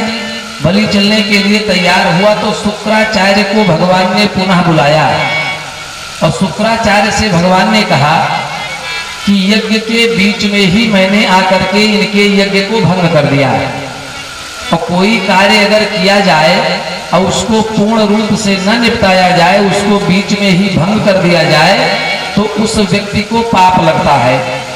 तो अगर इसका बलि का यज्ञ नहीं परिपूर्ण हो पाएगा तो फिर बलि ठीक से सुतल लोक में नहीं रह पाएगा। इसलिए अब सब कुछ तो मैंने बलि से ले लिया है, अब इसमें बलि का कुछ अधिकार नहीं है। यज्ञ पूर्णतया में अभी धन लगेगा, वो धन सब मैंने ले लिया, राज्य संपदा इसकी, लेकिन मेरा जो सब धन है, जो मेरी संपत्ति इस संसार में है, वो सब ब्राह्मण की है, ये मेरा नियम है। तो बलि अगर खर्चा करेगा धन यज्ञ में तो बलि को पाप पड़ेगा। बलि अगर यज्ञ अपूर्ण छोड़ करके मुझे लेकर के सुतल लोक चला जाएगा तो वहां ठीक से रह नहीं पाएगा यज्ञ की अपूर्णता की वजह से। तो बलि का यज्ञ पूरा होना चाहिए। मैं चला जा रहा हूं बलि के साथ। तो यत तत् कर्म सुवैषम्यम ब्रह्म दृष्टम समम भवेत। भगवान ने कहा कि मेरा सारा संसार, मेरा सारा धन ब्राह्मण का है, तो तुम ब्राह्मण हो। शुक्राचार्य से कहा इसमें से निकाल करके, इस राज्य से धन खर्चा करके और इसका यज्ञ पूर्ण कर दो। अर्थात भगवान कहते हैं कि किसी प्रकार का कोई यज्ञ किया जाए, अनुष्ठान किया जाए, जप तप किया जाए और उसमें वैषम्यता रह जाए, यत तत कर्मसु वैषम्यम, उसमें वैषम्यता रह जाए। मानो सुखदेव जी बार बार राजा परीक्षित से कह रहे हैं कि अगर हम कोई कर्मकांड करवाए थे तो कोई न कोई त्रुटि रह जाती और रह जाती है। इसलिए ब्राह्मणगण कहते हैं कि आवाहन न जानाम विसर्जनम पूजाम चयु न जानाम क्षम्यताम परमेश्वर, जितना मुझे ज्ञान था उतना मैंने करवाया। तो महाराज अब इस धन को तुम निकाल करके और इस बलि का यज्ञ पूर्ण करवाओ, क्योंकि ये सब मेरा धन जो है ये सब तुम्हारा है। और यज्ञ करने के बाद कोई भी पूजा पाठ जप तप अनुष्ठान करने के बाद, इसीलिए प्रथा बनाई गई है कि ब्राह्मण से कहा जाता है कि आप प्रसन्न होकर के आशीर्वाद दीजिए। ब्रह्म दृष्टम समम भवेत्, अगर वो कह देता है कि हाँ एकदम पूर्ण है, सब ठीक है, तब वो पूर्ण माना जाता है। तो शुक्राचार्य जी से कहा कि आपकी आंख तो ले लिया मैंने, लेकिन आपके चेला को अपने आप को मैंने दे दिया, तो आपको इतना करना चाहिए कि इसी में से धन खर्चा कर करके वो अपने चेले का यज्ञ परिपूर्ण कर दो, ताकि ये सुतल लोक में मेरे साथ प्रेम से रह सके। ये विधा है यज्ञ की। इतना कह करके भगवान चले जाते हैं और महाराज प्रेम पूर्वक राजा बलि संतुष्ट होता है भगवान से और भगवान भी संतुष्ट होते हैं। लेकिन यहाँ पे परीक्षित जी महाराज प्रश्न करते हैं। तुलसीदास जी भी कहते हैं कि गुरु के वचन प्रतीत न जेहि, गुरु के आदेश को मानना चाहिए, गुरु के आदेश को छोड़ना नहीं चाहिए। क्योंकि गुरु गोविंद दो खड़े काके लागो पाए बरिहारी, गुरु आपके गोविंद दियो बताए। तो गुरु से ज्यादा कोई बड़ा नहीं होता। गोविंद के पहले गुरु की वंदना की जाती है। तो गुरु का कहना बलि ने नहीं माना और गुरु ने शाप दे दिया, तो शाप देने की वजह से इस लोक का ऐश्वर्य तो नष्ट हो गया, भगवान ने लेकर के देवताओं को दे दिया। लेकिन उस शाप को प्राप्त करके भी कैसे वो भगवान के साथ रह पाया। गुरु के वचन को उसने काट दिया, गुरु की बात को नहीं माना, तो गुरु द्रोही नहीं कहा जाए। शास्त्र तो कहता है कि जो गुरु की बात को न माने उसको द्रोह लगता है, और भगवान भी उस द्रोह को नष्ट नहीं कर सकते हैं। भगवान सुखदेव जी महाराज कहते हैं कि तजिए ताहि कोटि बैरी सम यद्यपि परम स्नेही। तो कहा किसको? कहा जागे ही न राम वैदेही। जो व्यक्ति चाहे अपना पिता हो, चाहे अपना माता हो, चाहे अपना भाई हो, चाहे अपना गुरु हो, अगर ये सब भगवान से द्रोह की बात कहते हो तो उस समय पर ये मान लीजिए कि भगवान का नाता जन्म जन्मांतर कल्प कल्पांतर युग युगांतर का है। हम भगवान के अंश हैं और इनका नाता उतने समय तक है जब तक स्थूल शरीर रहेगा। इसके बाद इनका नाता टूट जाएगा। मैंने दूसरे दिन की कथा में बताया था, जीव जब अभिमन्यु कर्ण के साथ खेल रहा था तो मैंने इसका निरूपण किया था। तो कहा कि ये संसारी नाता माता पिता का जो है जब तक शरीर रहेगा तब तक के लिए है, लेकिन अंत में गतियों का क्रम जीव निकल जाने के बाद भी चलता रहता है। तो परम माता पिता तो भगवान ही हैं। अच्छा कर्म सिखावें तो सारे संबंधियों का अनुमोदन करना चाहिए, और अगर बुरा कर्म सिखावें, भगवान की भक्ति को छोड़ करके किसी दूसरी बात को बतावें या भगवान को छोड़ करके संसार से प्रेम करने के लिए अगर ये सिखावें तो तजिए ताहि कोटि बैरी सम यद्यपि परम स्नेही। कहा जाके ही न राम वैदेही। जो भगवान से प्रेम करना सिखावे सुनीत की भांति और महाराज ध्रुव की भांति पूजा करके पाठ करके तप करके भगवान को बेटा प्राप्त कर ले, तो ऐसे माता पिता और संबंधियों का अनुमोदन करना चाहिए। और जो भगवान से द्रोह नहीं करना चाहिए, क्योंकि थोड़े समय का उनका साथ है, अंत में साथ तो परमात्मा ही देगा जो जगत पिता है, जगन माता है। तुमेव माता च पिता तुमेव, इसीलिए वेद कहते हैं कि तुमेव माता च पिता तुमेव। तो राजा परीक्षित जी कहते हैं कि महाराज आपकी कथा तो बड़ी गूढ़ है, उसी बात को कभी आप जोर दे करके कहते हैं कि ऐसा करना चाहिए, और उसी बात को जोर दे करके कभी आप कहते हैं कि अगर द्रोह सिखावे तो माता पिता को भी छोड़ देना चाहिए। लोग कहते हैं कि भगवान से पहले माता पिता की पूजा करना चाहिए। आप भी बार बार कथा में कहते हैं कि माता पिता वंदनीय हैं, लेकिन अब आप मौका देख करके कह रहे हैं कि माता पिता गुरु भी वंदनीय नहीं है, इनको भी छोड़ दीजिए। अगर ये द्रोह सिखाते हैं तो क्या प्रमाण है इसका कि अगर इनको छोड़ दिया जाए तो कल्याण हो ही जाए? तो भगवान कहते हैं कि सबसे पहले तो बलि को ही देख लीजिए कि उसने छोड़ दिया और भगवान का साथ पकड़ लिया, गुरु को छोड़ दिया, गुरु की बात को नहीं माना, लेकिन तब भी यह राज्य छोड़ करके दूसरे राज्य को उसने प्राप्त किया। आचार्य सुखदेव जी महाराज कहते हैं कि पिता तजो प्रहलाद, विभीषण बंधु और भरत महतारी, बलि गुरु तजो, कंत ब्रज बनितन और भेषण मंगलकारी। कहा जिस दिन से तजो पिता प्रहलाद, भगवान नरसिंह नारायण का अवतार हुआ और महाराज प्रहलाद की वजह से उसका पिता हिरण्यकशिपु मारा गया, लेकिन प्रहलाद को द्रोह नहीं लगा, भगवान ने राज सिंहासन देकर के बैठा दिया। कहा तुम प्रेम से राज सिंहासन पर बैठो, तुम्हारा कोई ह्रास नहीं होगा, क्योंकि मैं जगत पिता हूँ, मैं जगदाधार नियंता हूँ। ये जो तुमको साधन मिले हुए हैं रिश्ते के, ये केवल जीवन बिताने के लिए मिले हुए हैं, इन्हीं की एकमात्र पूजा करने से तुम्हारा कल्याण नहीं होगा। इनकी पूजा करने से तब कल्याण होगा कि इन्हीं की चरण शरण में परमात्मा को देखो।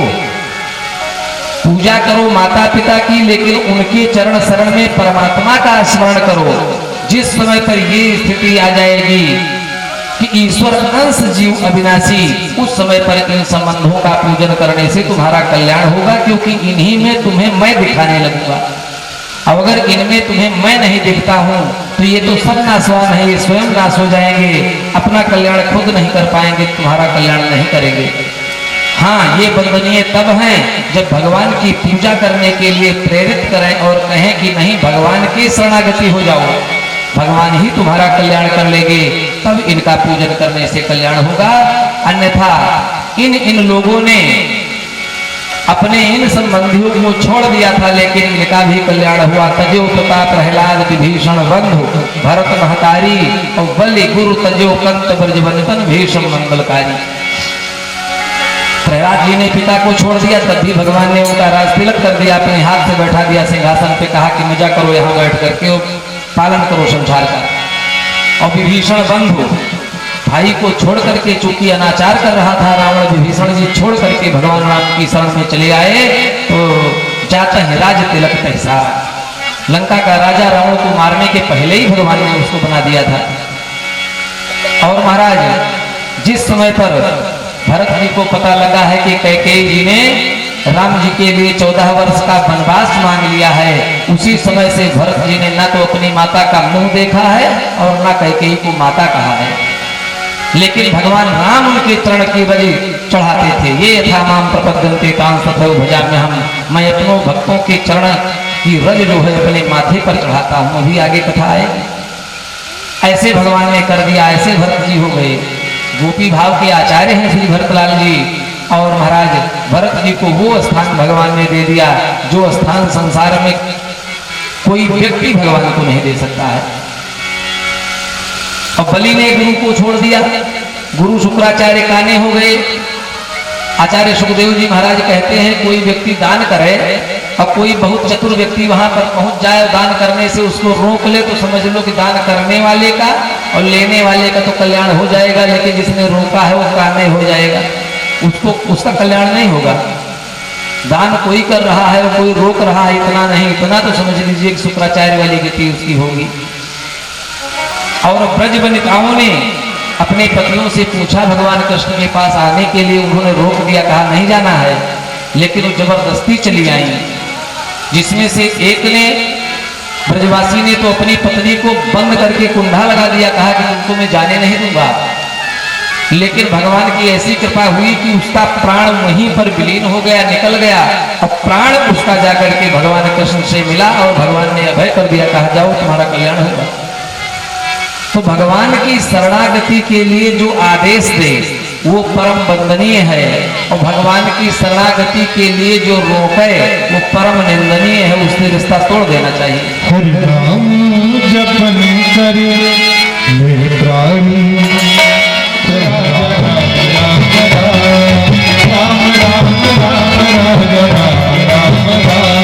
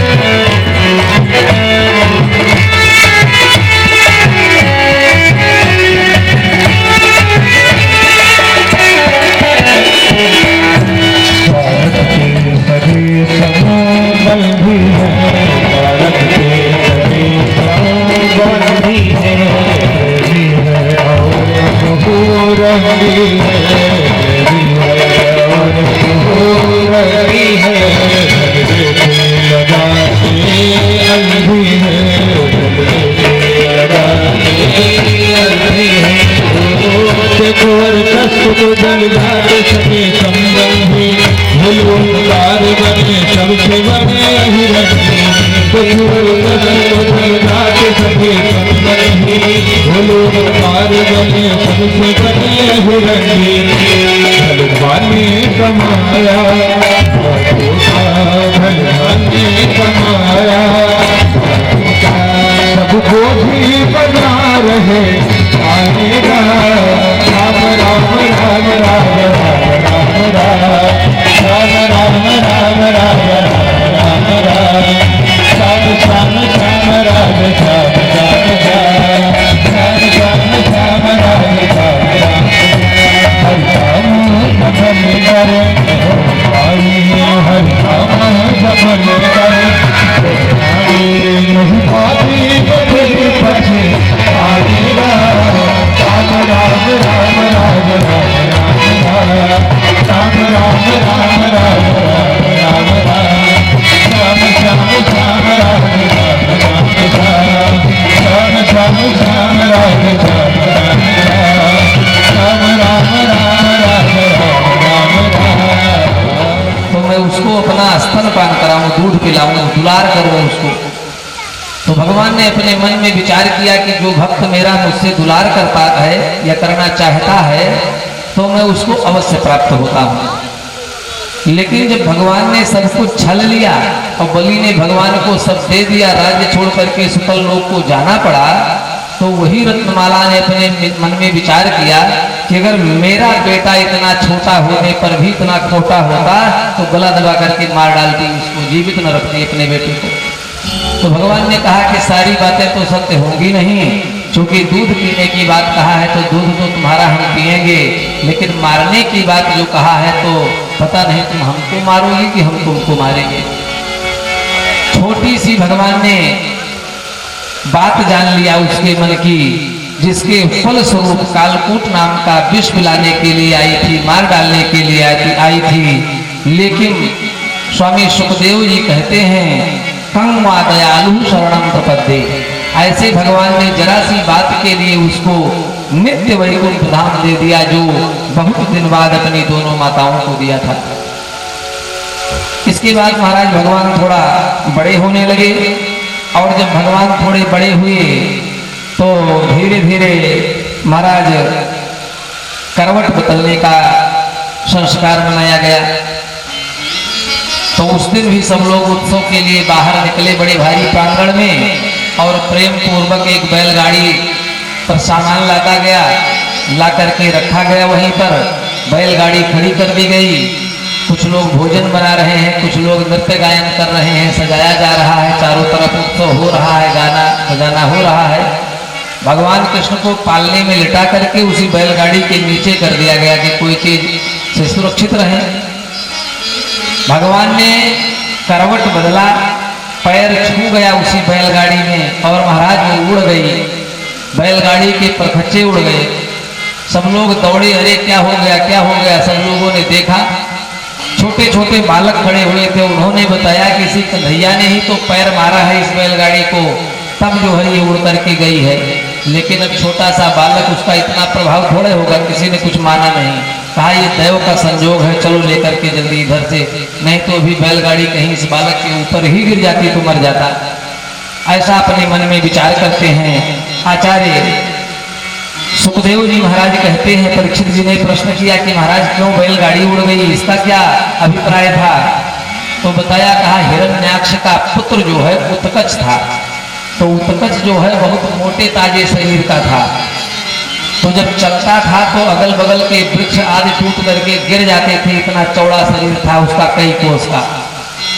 लोमस मुनि के आश्रम से होकर के निकल रहा था। लोमस मुनि ने देखा कि सारे पेड़ पौधे सब नष्ट कर रहा है, तो श्राप दे दिया कि तेरा शरीर नष्ट हो जाए, गिर जाए तेरा शरीर। जब इस प्रकार से श्राप दिया तो उत्कच ने हाथ जोड़ करके लोमस मुनि से कहा कि महाराज शरीर तो भगवान का दिया हुआ है, गोरा काला पतला मोटा लंबा छोटा जो भी है, तो आपने मुझे श्राप क्यों दे दिया? आप तो संत तो दयालु होते हैं। मानो सुखदेव जी कह रहे हैं, क्योंकि लोमस मुनि ने कहा कि जा द्वापर में भगवान आएंगे, उनके चरण का स्पर्श पा करके तेरा दिव्य शरीर हो जाएगा। मानो लोमश मुनि ने, स्वामी सुखदेव जी कहते हैं कि जाना कि लाखों वर्ष की इसकी आयु है, लाखों वर्ष तक ऐसे ये चलता रहेगा तो पृथ्वी पर सब कुछ नष्ट भी कर देगा और चलने में स्वयं को ही भारीपन होने से इसको तकलीफ हो रही है। तो इसके ऊपर कृपा करके, चूंकि जितनी उम्र है उतनी उम्र तो भोगेगा ही है। लेकिन लोमस मुनि ने जिस प्रकार से बीच में किसी का कोटा हो और वो अपनी तरफ से वो व्यवस्था किसी को दे दे वीआईपी कोटे से, उसी प्रकार से स्वामी सुखदेव जी कहते हैं कि लाखों वर्ष की आयु भोग करने के बाद तब उसको भगवान की कृपा प्राप्त होती। लेकिन लोमश मुनि ने शाप के माध्यम से उसके ऊपर कृपा किया कि चिंता न करो, तुम्हारा ये शारीरिक कष्ट जो है ये दूर हो जाए और द्वापर में तुमको दिव्य देह प्राप्त हो जाएगा और भगवान का सानिध्य प्राप्त करने से तुम भगवान के परम पार्षद हो जाओगे। भगवान की चरण शरण में दिव्य देह धारण करके सामने खड़ा हुआ भगवान ने कहा, तुम्हारे ऊपर कृपा हो गई, जाओ वैकुंठ धाम में। प्रेम पूर्वक कृपा किया भगवान ने। और उसके बाद महीने खान के भगवान जब हो गए तो एक दिन मैया लेकर के ड्योढ़ी पर बैठी हुई हैं, उसी ड्योढ़ी पर भगवान कृष्ण को लेकर के बैठी हुई हैं। कंस ने अपने मन में विचार किया कि पूतना को तो उस बालक ने मार डाला या पूतना अपने आप मर गई, भगवान जाने क्या हुआ। छकड़ा एक दिन पलट गया और वो बालक मरा नहीं, मृत्यु नजदीक आती जा रही है धीरे धीरे। तो कंस ने अपने मन में विचार किया और मंत्रणा कर रहा था, तो उसका एक सहायक मित्र था जिसका नाम था तृणावर्त। वो जब चलता था तो तृण और घास जो है वृत्ताकार में उड़ते थे बवंडर के रूप में। तृणावर्त ने कहा कि मैं जाकर के उसको मारूंगा और कोई नहीं मार पाएगा। कंस ने कहा जाओ ठीक है। तृणावर्त चलता है, मैया ले करके बैठी हुई हैं डोभी पर, और जब भगवान को पता लगा कि अब नजदीक आ गया है तो अपना रूप, अपना शरीर इतना भारी कर दिया कि जैसे बहुत देर तक हम लोग बच्चों को लेके बैठे रहते हैं तो पैर में दर्द होने लगता है। तो वही स्थिति मैया की हुई, बस उतार करके उन्होंने नीचे बैठा दिया और सोचा थोड़ा सा काम कर ले घर का, बहुत देर से लेकर के बैठी हैं। माता जी अंदर जाती हैं, तृणावर्त आता है, भगवान उसके साथ उड़ते हैं, उड़ करके थोड़ी दूर पर जाते हैं। बस महाराज तुरंत उसका गला पकड़ करके दैत्यो नामना तृणावर्तः कंस भृत्यः प्रणोदितः, ये कंस का भाई है, बंधु है और आया है भगवान को मारने के लिए। चक्रवात स्वरूपेण जहारासीन मरभकम, चक्रवात के रूप में चलता है। भगवान ने थोड़ा सा आगे जा करके उसका गला अवरुद्ध किया और वह भी मृत्यु को प्राप्त हो गया। उसको भी भगवान ने दिव्य देह दिया, कहा जाओ तुम मेरे पार्षद हो करके, जिसको मारा सबको उतारा, कहा कि चले जाओ तुम हमारे धाम को, वहां पर प्रेम से रहना। आचार्य सुखदेव जी महाराज से राजा परीक्षित प्रश्न करते हैं कि महाराज उसका उद्धार हुआ, कोई तो इनका पुण्य रहा होगा, किस पुण्य के कारण उद्धार हुआ इनका और किस पाप के कारण ये भगवान के हाथ मारे गए। तो बताया, कहा कि ये पांडु देश का सहस्राक्ष नाम का राजा था और एक बार महाराज अपनी रानियों के सहित नर्मदा नदी में विहार कर रहा था और उधर से महाराज दूर्वासा जी आ रहे थे। तो दूर्वासा जी ने देखा कि अपनी पत्नियों के सहित अर्धनग्नावस्था में होकर के जल में नहा रहा है। अगर राजा इस प्रकार का कार्य करेगा तो प्रजा कितनी निर्लज्ज हो जाएगी। और दूर्वासा जी ने देखा कि हमको देख करके भी लज्जित नहीं हो रहा है। बस महाराज क्रोधित होकर के श्राप दे दिया, कहा कि जा मूर्ख तू देह रहित हो जा। और महाराज जब उसने पिया भी था उसकी उतर गई जैसे श्राप मिला दूर्वासा जी का। दौड़ करके पैर पकड़ा, कहा कि महाराज हम तो नशे में थे, हमको तो भान नहीं था, ज्ञान नहीं था, परंतु आपको श्राप नहीं देना चाहिए था। हम क्या करें, अब कैसे हमारा कल्याण होगा, जब शरीर ही नहीं रहेगा तो क्या सुख भोग कर पाएंगे। दूर्वासा जी ने कहा जाओ द्वापर में भगवान कृष्ण की सानिध्य प्राप्त होगी और तुम्हारा कल्याण हो जाएगा, प्रेम पूर्वक तुमको देह की प्राप्ति होगी। अब महाराज यदुवंशियों के गुरु हैं गर्गाचार्य जी। तो गर्गाचार्य जी को जब इस बात का पता लग गया कि महाराज कृष्ण जो हैं वो वसुदेव और देवकी के पुत्र हैं, तो अपने मन में विचार करके कंस के यहाँ एक दिन मिलने के लिए गए। और जब मिलने के लिए गए तो महाराज वसुदेव जी से मिले। वसुदेव जी से सारी बात बताया कि अब हमको तो ज्ञान हो गया, हमको पता है। तो वसुदेव जी ने कहा कि गुरुदेव बालकों का नामकरण संस्कार कर दीजिए जाकर के। अब बालकों के नाम रखने का समय आ गया है, गुरु को संस्कार करना चाहिए। तो हम तो यहाँ बंदी खाने में बंद हैं, हमने लाखों गायों का संकल्प किया है अपने बच्चों के अच्छाई के लिए दान करने को, लेकिन कुछ हो नहीं पा रहा है। आप चले जाइए, बेटों का नामकरण संस्कार कर दीजिए। तो गर्गाचार्य जी ने कहा कि महाराज जैसे हम जाएंगे, क्योंकि हमारा सबको पता है कि हम यदुवंशियों के गुरु हैं, तो जैसे हम वहाँ जाएंगे तो एकदम कंस को तो पक्का हो जाएगा कि वो तुम्हारा ही बेटा है। तो कहा किसी प्रकार से करिए, क्योंकि अगर बालक संस्कारी न हो तो बेटा रहने का ही क्या फायदा है। कहा ठीक है कोई बात नहीं। उनका आशीष दे करके और महाराज गुरुदेव भगवान गर्गाचार्य जी चले आए यशोदा जी के यहाँ।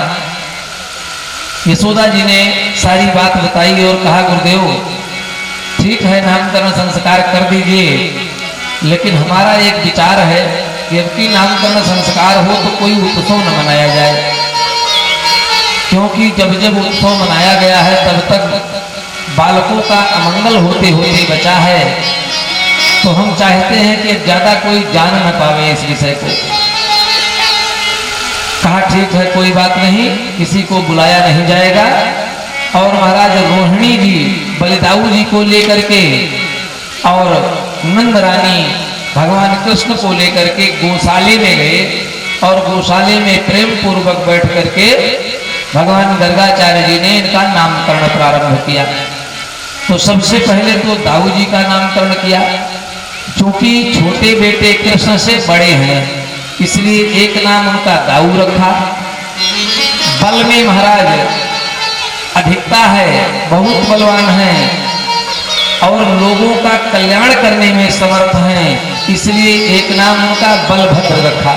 भद्र बने कल्याण, बल में अधिकता और कल्याण करने के सामर्थ्य को प्राप्त किए हैं, इसलिए उनका नाम बलभद्र रखा गया। बड़े हैं, बड़ा दुलार करते हैं, इसलिए एक नाम उनका दाऊ रखा गया, गर्गाचार्य जी ने रखा।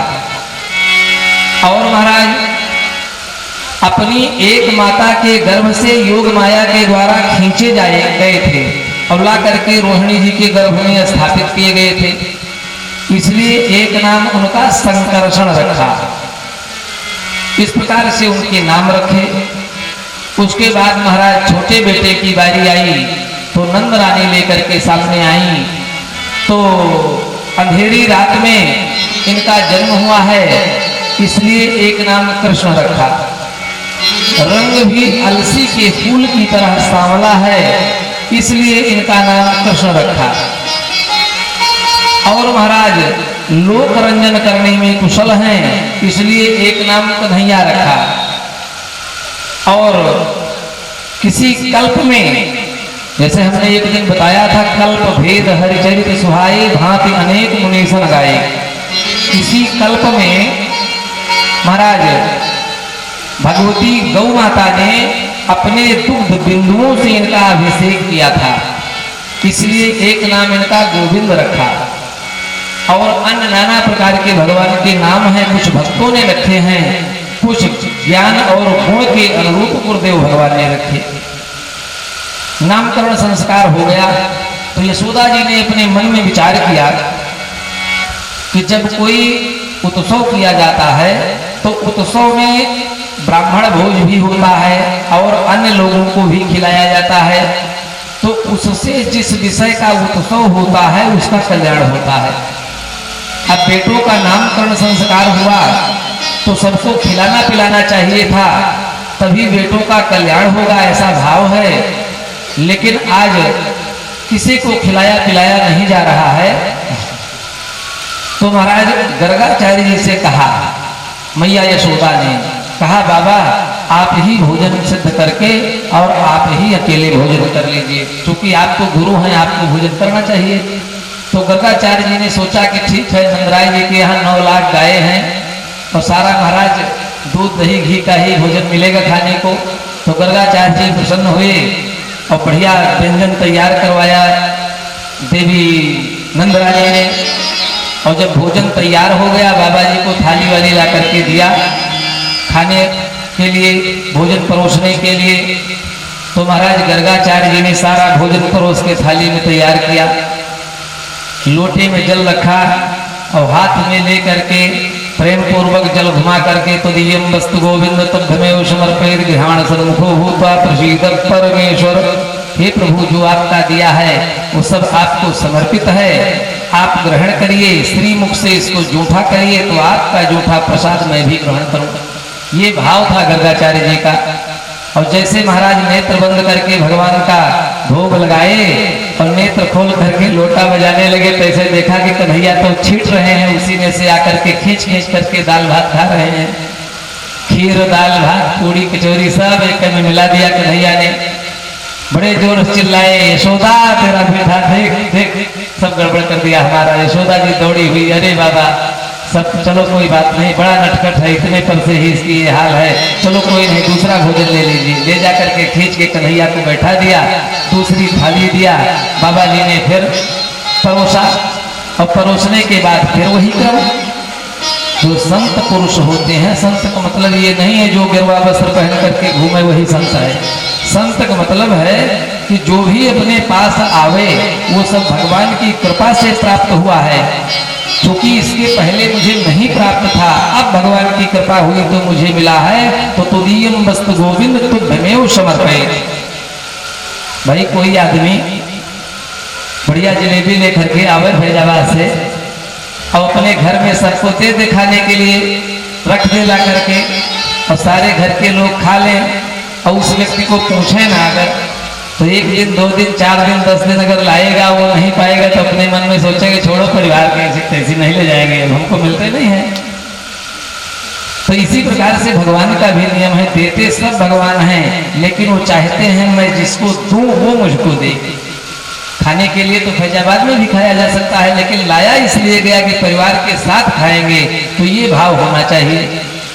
अब महाराज गर्गाचार्य जी ने फिर वही क्रम किया, और जब फिर वही क्रम किया तो मैया यशोदा थोड़ा बगल बैठा करके चली गई थी। और जब वही क्रम किया, नेत्र खोला महाराज, तो देखा कन्हैया फिर वही कार्य कर रहे हैं। फिर गर्गाचार्य जी जोर से चिल्लाए कि देवी तुम छोड़ करके चली गई, तुम्हारा बेटा तो सब भोजन खराब कर दिया हमारा। आकर के यशोदा मैया ने कहा, बाबा आप ही तो कहते हैं कि तुदीयम वस्तु गोविंद तुभ्यमेव समर्पयेत्।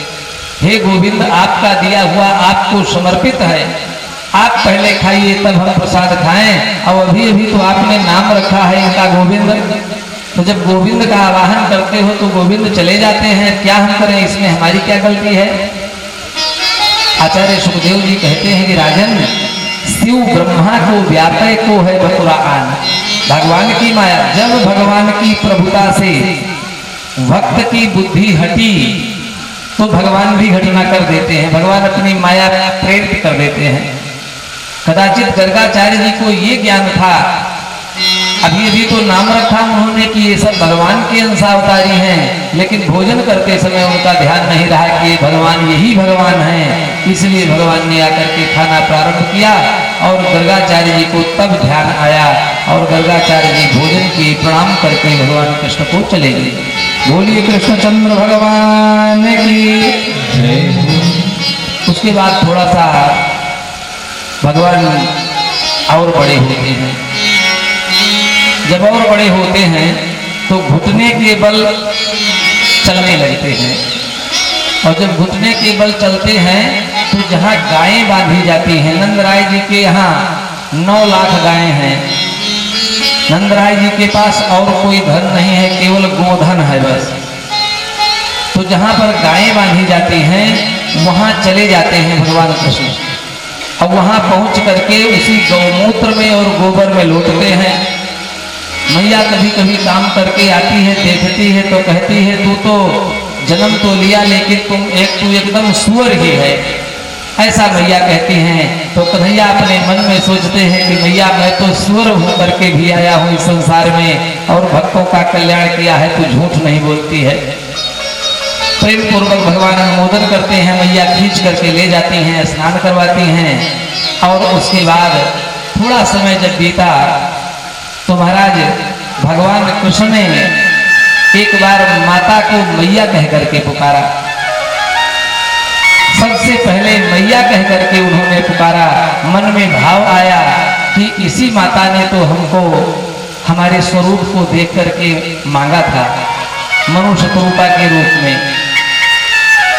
माता जी के मन में था कि भगवान की यही रूप माधुरी ऐसे बेटा मेरे घर में हो। मैया ने मुझको मांगा था तो सबसे पहले भगवान ने माँ को ही पुकारा।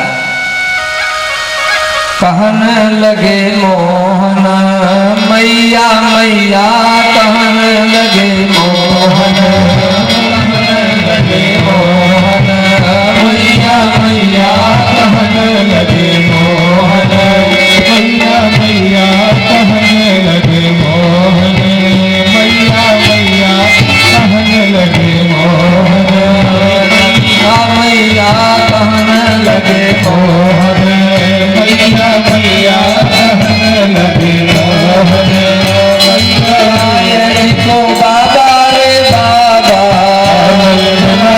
जी को बाबा रे बाबा, नंदराय जी को बाबा रे बाबा, नंदराय जी को बाबा रे बाबा, हरुहर भर को भैया कहने लगे मैया मैया, कहने लगे मोहन मैया मैया, कहने लगे मोहन मैया मैया, कहने लगे मोहन। इस प्रकार से जब भगवान कृष्ण पहले माता जी को मैया कहते हैं तो यशोदा मैया बड़ी गदगद हो जाती हैं। और सुखदेव स्वामी कहते हैं कि ऊंचे चढ़ी चढ़ी कहत यशोदा, ऊंचे चढ़ी चढ़ी कहत यशोदा, ऊंचे चढ़ी चढ़ी कहत यशोदा, ऊंचे चढ़ी चढ़ी कहत यशोदा, ले ले नाम कन्हैया कहने लगे मोहन मैया मैया, कहने लगे मोहन मैया मैया, कहने लगे मोहन मैया मैया, कहने लगे मोहन मैया मैया, कहने लगे मोहन। दूर कहूँ नहीं जायो लाला, कहूँ नहीं जायो है लाला, दूर कहूँ नहीं जायो लाला, दूर कहूँ नहीं जायो है लाला, मारे की काहू की गैया कहने लगे मोहन मैया मैया, कहने लगे मोहन मैया मैया, कहने लगे मोहन मैया मैया, कहने लगे मोहन। गोपी बाल करत कव तूहल, गोपी वाले करत तू हले, गोपी बाल करत कव तूहल, गोपी वाले करत तू हले, गोपी बाल करत कव तूहल, गोपी वाले करत तू हले, घर घर लेत भलैया कहने लगे मोहन मैया मैया, कहने लगे मोहन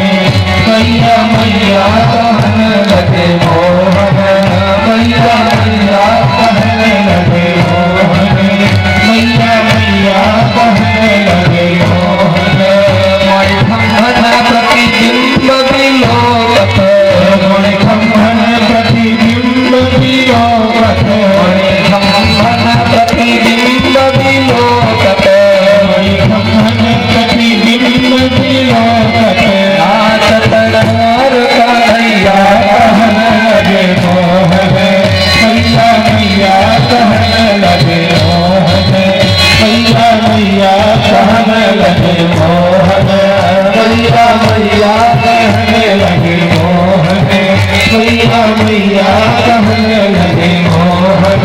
नंदराय जी को बाबा ने बाबा, नंदराय जी को बाबा रे बाबा, नंदराय जी को बाबा ने बाबा, नंदलाल जी को बाबा रे बाबा, और हलधर को मैया कहने लगे मोहन।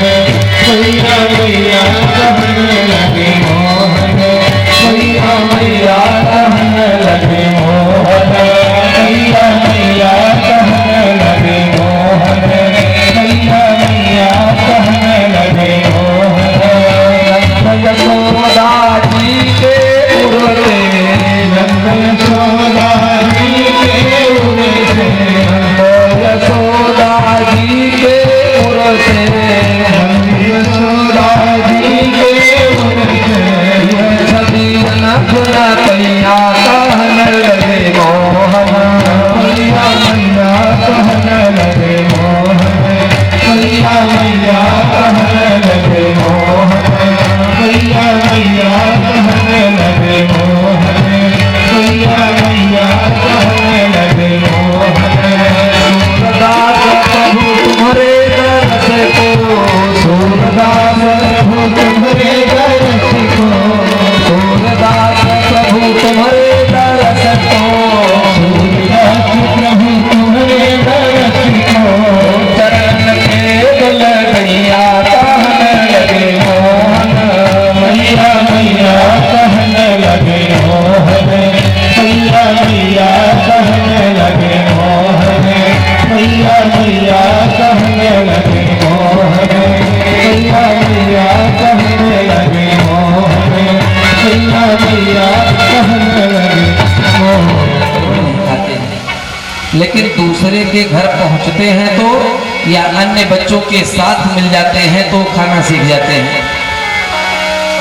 तो महाराज जब किसी के घर में जाते तो वहां के जितने ब्रजवासी थे, सारे ब्रजवासियों का एक काम था कि गाय की सेवा करना, उन्हीं का दूध बेचना, उन्हीं का मक्खन बेचना, उन्हीं का घी बेचना, मट्ठा बेचना, यही उनका काम था। तो ब्रजवासियों का और कोई काम तो था नहीं खेती पाती का। सुबह उठ करके घर का काम जल्दी सुबह सवस्ते करके उसके बाद वो दही मथने लगती थी, और जब दही मथने लगती थी थोड़ा देर हो करके कन्हैया उठते, नंद रानी घर का थोड़ा काम करने लगती तो कन्हैया बाहर और लोगों के घर चले जाते, और जब और लोगों के घर चले जाते तो दौड़ करके किसी के दही में हाथ डाल देते, किसी के मक्खन में हाथ डाल देते, खाने लगते। तो ग्वालिनें आकर के जब बताती तो मैया के मन में भाव होता कि हमारे घर इतना मक्खन है तो ये खाता नहीं है, दूसरे के यहाँ जाकर के खाता है, लोगों को बुरा लगता होगा। अथवा मन में भाव आता था कि हमारे घर तो 9 लाख गैयां हैं, क्विंटलों मक्खन रोज होता है, लोगों के यहाँ 2-2, 4-4 ही है, तो जाकर के जूठा कर देता है तो लोगों को बड़ा घाटा होता होगा। तो मन में बुरा मानते होंगे, इसलिए कन्हैया को एक दिन लेकर के और चौखट के अंदर, चौपाल के अंदर दालान में बैठी हुई थी, कन्हैया सामने खड़े थे, और कन्हैया को कहती थी कि हे कन्हैया, तू जाकर के किसी के यहाँ मक्खन न खाया कर। अब क्योंकि जो चीज जिसके घर ज्यादा होती है उसको लोग नहीं अच्छा मानते, उसको नहीं खाते, उनका मन भरा रहता है। तो मैया कहती है कन्हैया से कि तेरे लिए मैंने काजू बादाम पिस्ता सब रख दिया है, तो उसको तू खाया कर, मोटा हो जाएगा। मक्खन क्यों जाकर के खाता है, वो भी दूसरों के घर में, मत जाया कर, मत खाया कर। तो कन्हैया कहते हैं कि मैयारी मोहे माखन भावे, जो मेवा पकवान कहत तू मोरे रुचि नहीं आवे। जिसको तू कहती है कि बढ़िया मालपुआ बना करके रखा है, बढ़िया मेवा ला करके रखा है, मोरे रुचि नहीं आवे, मैयारी मोहे माखन भावे। और मानो सुखदेव जी कहते हैं आनंद विभोर हो करके कि वो भी अगर चोरी कर मिले तो ज्यादा कन्हैया को अच्छा लगता है, अपने घर वाला नहीं अच्छा लगता। इसी प्रकार से घर के बाहर एक युवती खड़ी थी, ब्रज युवती पाछे एक ठाढ़ी, सुनत श्याम की बात। जब भगवान कहते कि मैया जी मुहे माखन भावे, जो मेवा पकवान कहते तू मोरे रुचि नहीं आवे, उसी बात को सुन रही है ब्रज युवती पाछे ठाढ़ी सुनत श्याम की बात, और मन मन कहत कबहू अपने घर देखो माखन खा। ये बालक को इतना कुछ खाने को मिल रहा है लेकिन ये खाना नहीं चाहता है। कन्हैया इतना तोतली भाषा में इतना अच्छा बोलता है तो ग्वालिन कहती है कबहू अपने घर देखो माखन खा, कभी मैं इनको अपने घर माखन खाता हुआ देखूं, ऐसी मेरी इच्छा है। भगवान सुखदेव जी महाराज कहते हैं और प्रेम पूर्वक भगवान कृष्ण अपने मन में अनुमोदन करते हैं। भगवान तो हरे अंतर्यामी सब जाने, अपने मन में विचार करते हैं, नाना प्रकार से भगवान कौतुक करते हैं। और जब मैया आती और जबरदस्ती करती कन्हैया को दूध पीने के लिए, तो 9 लाख गायों में से एक गाय का नाम था पद्मगंधा, काले रंग की गाय थी। उसी गाय का दूध मैया पिलाती थी, उसी गाय का दूध मैया पिलाती थी। और जब मैया खींच करके कहीं जाने न देती कि अपने ही घर में रह करके खाया करो, और जबरदस्ती दूध पिलाती, लेकर के खींच करके आती। नाना प्रकार से मैया रोकती कि लोगों को बुरा लगता होगा, बाहर नहीं जाने दूंगी तुमको। ऐसी स्थिति जब बन जाती तो कन्हैया अपने मन में विचार करते, और जब दूध लेकर के मैया आती सामने पिलाने के लिए, और कहती मैया कि कन्हैया ये 1 गिलास दूध पी ले, इस दूध के पीने पर तुझको मैं चंद्रमा ला करके दूंगी। जब वो कहती कि ये चंद्रमा का हिस्सा है, देख तू रंग से काला है और ये चंद्रमा जो है इतना गोरा है, इतना सफेद है, अगर तू गाय का ये सफेद सफेद दूध पिएगा तो तेरा भी रंग गोरा हो जाएगा। जैसे मैया इतना कहती हैं तो दूध तो पीना चाहते नहीं, गोकुल जन्म लियो सुख कारण सबकी माखन खाओ। और यहाँ पे ये भी बता देना जरूरी है कि महाराज ये जितने गोप ग्वाल हैं ये सारे देवांश हैं, और वो गोपियां जो हैं वो उन राजाओं की पत्नियां हैं जिनको भगवान ने सतयुग में और त्रेता में मारा था। तो उन आकर के रानियों ने कहा कि प्रभु आपने मेरे पतियों को मार डाला, उनका कसूर था, मुझे कोई ग्लानि नहीं है, लेकिन मुझे विधुर बना दिया आपने। तो मैंने क्या पाप किया था कि उनके पापों का परिणाम विधुरता के कारण मैं भोग रही हूँ, मुझे तो कष्ट हो रहा है। तो भगवान ने कहा तुम चिंता न करो, अभी कष्ट भोग लो, और जब तुम्हारा कष्ट दूर होने का समय आ जाएगा तो द्वापर में मैं तुम लोगों का कष्ट दूर करूंगा करके। जितने इस युग में रो रही हो उतने द्वापर में आकर के तुमको हम हंसाएंगे। और जब मैया कहती कि तुमको चंद्रमा ला करके दूंगी, तो कन्हैया कहने लगे कि मैया मैं तो चंद्र खिलौना लाई हूं, अब दूध तो तब पीऊंगा जब कहती हो कि चंद्र खिलौना दूंगी, तो अब मैं चंद्र को खेलने के लिए लूंगा।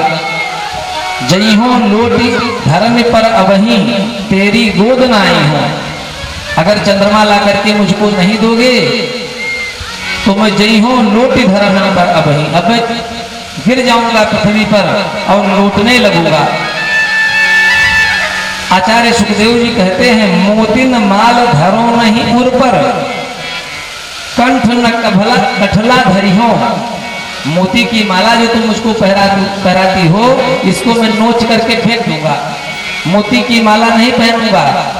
और जो कंठ में कंठमाला पहनाती हो उसको भी मैं धारण नहीं करूंगा, क्योंकि अब तो मैया जी मैं तो चंद्र खिलौना लाई हूं, अब अगर गोपियों के यहाँ खाने जाने नहीं दोगी मुझको तो मुझे चंद्र खिलौना चाहिए, तब मैं दूध पीऊंगा। वही हो पूत नंद बाबा को तेरो सुत न कहीं हो। इतनी गुंडागर्दी भगवान कृष्ण की, छोटे थे अभी बिल्कुल धीरे धीरे चल रहे हैं। वही हो पूत नंद बाबा को, अगर तू चंद्र खिलौना नहीं देगी और या तो उसके बदले में गोपियों के यहाँ मुझे जाने देगी, दो में एक काम करना, नहीं तो हुई हो पूत नंद बाबा को, नंद जी का मैं बेटा हो जाऊंगा, तेरी गोद ना आई हो, तुम्हारी गोद में मैं नहीं आऊंगा। तब जो है यशोदा अपने मन में विचार करती हैं, कान लाए समझावे यशोदा, खींच लिया यशोदा मैया ने और उनके कान में कहती हैं कि बेटा मेरे एक मन में बात है। तो कहते हैं क्या बात है? तो कहा बलदेव ही न जनई हो, पहले तुम ये बताओ कि बलदाऊ को तो नहीं बताओगे? तो कहा नहीं बिल्कुल बलदाऊ को नहीं बताऊंगा। तो कहा कि अब ही ब्याह नहीं हो, मैं तुम्हारा विवाह करवाऊंगा, तुम्हारा विवाह करवाऊंगी, अब ही ब्याहन जई हो, तुम्हारा विवाह करवा दूंगी।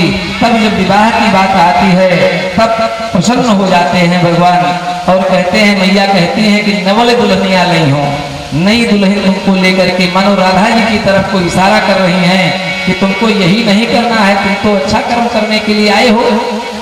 मैया के अंदर भी कभी कभी भगवत्ता सवार हो जाती थी और कन्हैया का मूड बदलने के लिए मैया बार बार इधर उधर की बातें करती थी। मेरी सुन तेरी सौ भैया, मेरी सुन, मैं जो कह रही हूँ मैं तेरा कसम खा करके कह रही हूँ, ये सब तेरे लिए करूंगा और अब ही ब्याह में जई हूँ, अभी अभी जा करके अबे तेरा विवाह करवा दूंगी, बस केवल तो दूध पी ले, बस दूध पी ले। और सूर श्याम सब सखा बराती गीत सुमंगल गई हो, सूरदास जी कहते हैं। एक बात बताएं, अगर भगवान आचार्य सुखदेव जी ने आखिरी में कह दिया है राजा परीक्षित से कि राजन व्यक्ति एक जन्म नहीं करोड़ों जन्म मर्यादा के अंतर्गत रह करके भगवान की रास लीला का वर्णन करे और भगवान की शिशु लीला का वर्णन करे तो नहीं कर सकता है, कई जन्मों तक करता रहे, क्योंकि हरि अनंत हरि कथा अनंत, तो कैसे कर सकता है?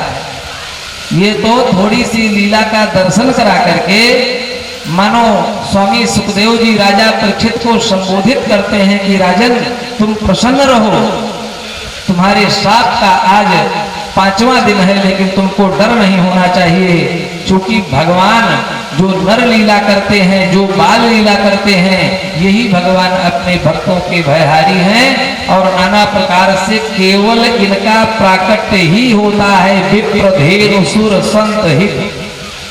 तो ये कल्याण करने के लिए आते हैं, ये तुम्हारा कल्याण कर देंगे, चिंता मत करो। मन में यही विचार करत है, घर घर सबके जाऊं और गोकुल जन्म लियो, सुख कारण सबके माथन खाओ, ऐसा मन में भाव आता है। और तो कहते हैं मैया से कि मैया कबहू बढ़ेगी चोटी। मैया कहती अब बलदाऊ जी 1 साल के बड़े हैं तो बलदाऊ जी के बाल थोड़ा और बड़े हैं और कन्हैया के छोटे हैं, तो जब बलदाऊ जी का बाल बांधती है मैया तो कन्हैया उसको सहलाते हैं और कहते हैं कि मैया कबहू बढ़ेगी चोटी।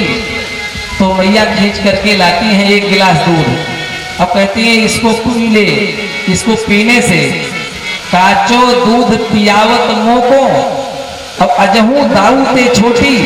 मैया कबहू बढ़ेगी चोटी, कब बढ़ेगी? कच्चा कच्चा दूध गाय दूह करके लाती हो, गरम गरम मुझे पिला देती हो और इतने दिन से तुम पिला रही हो मुझको, लेकिन चोटी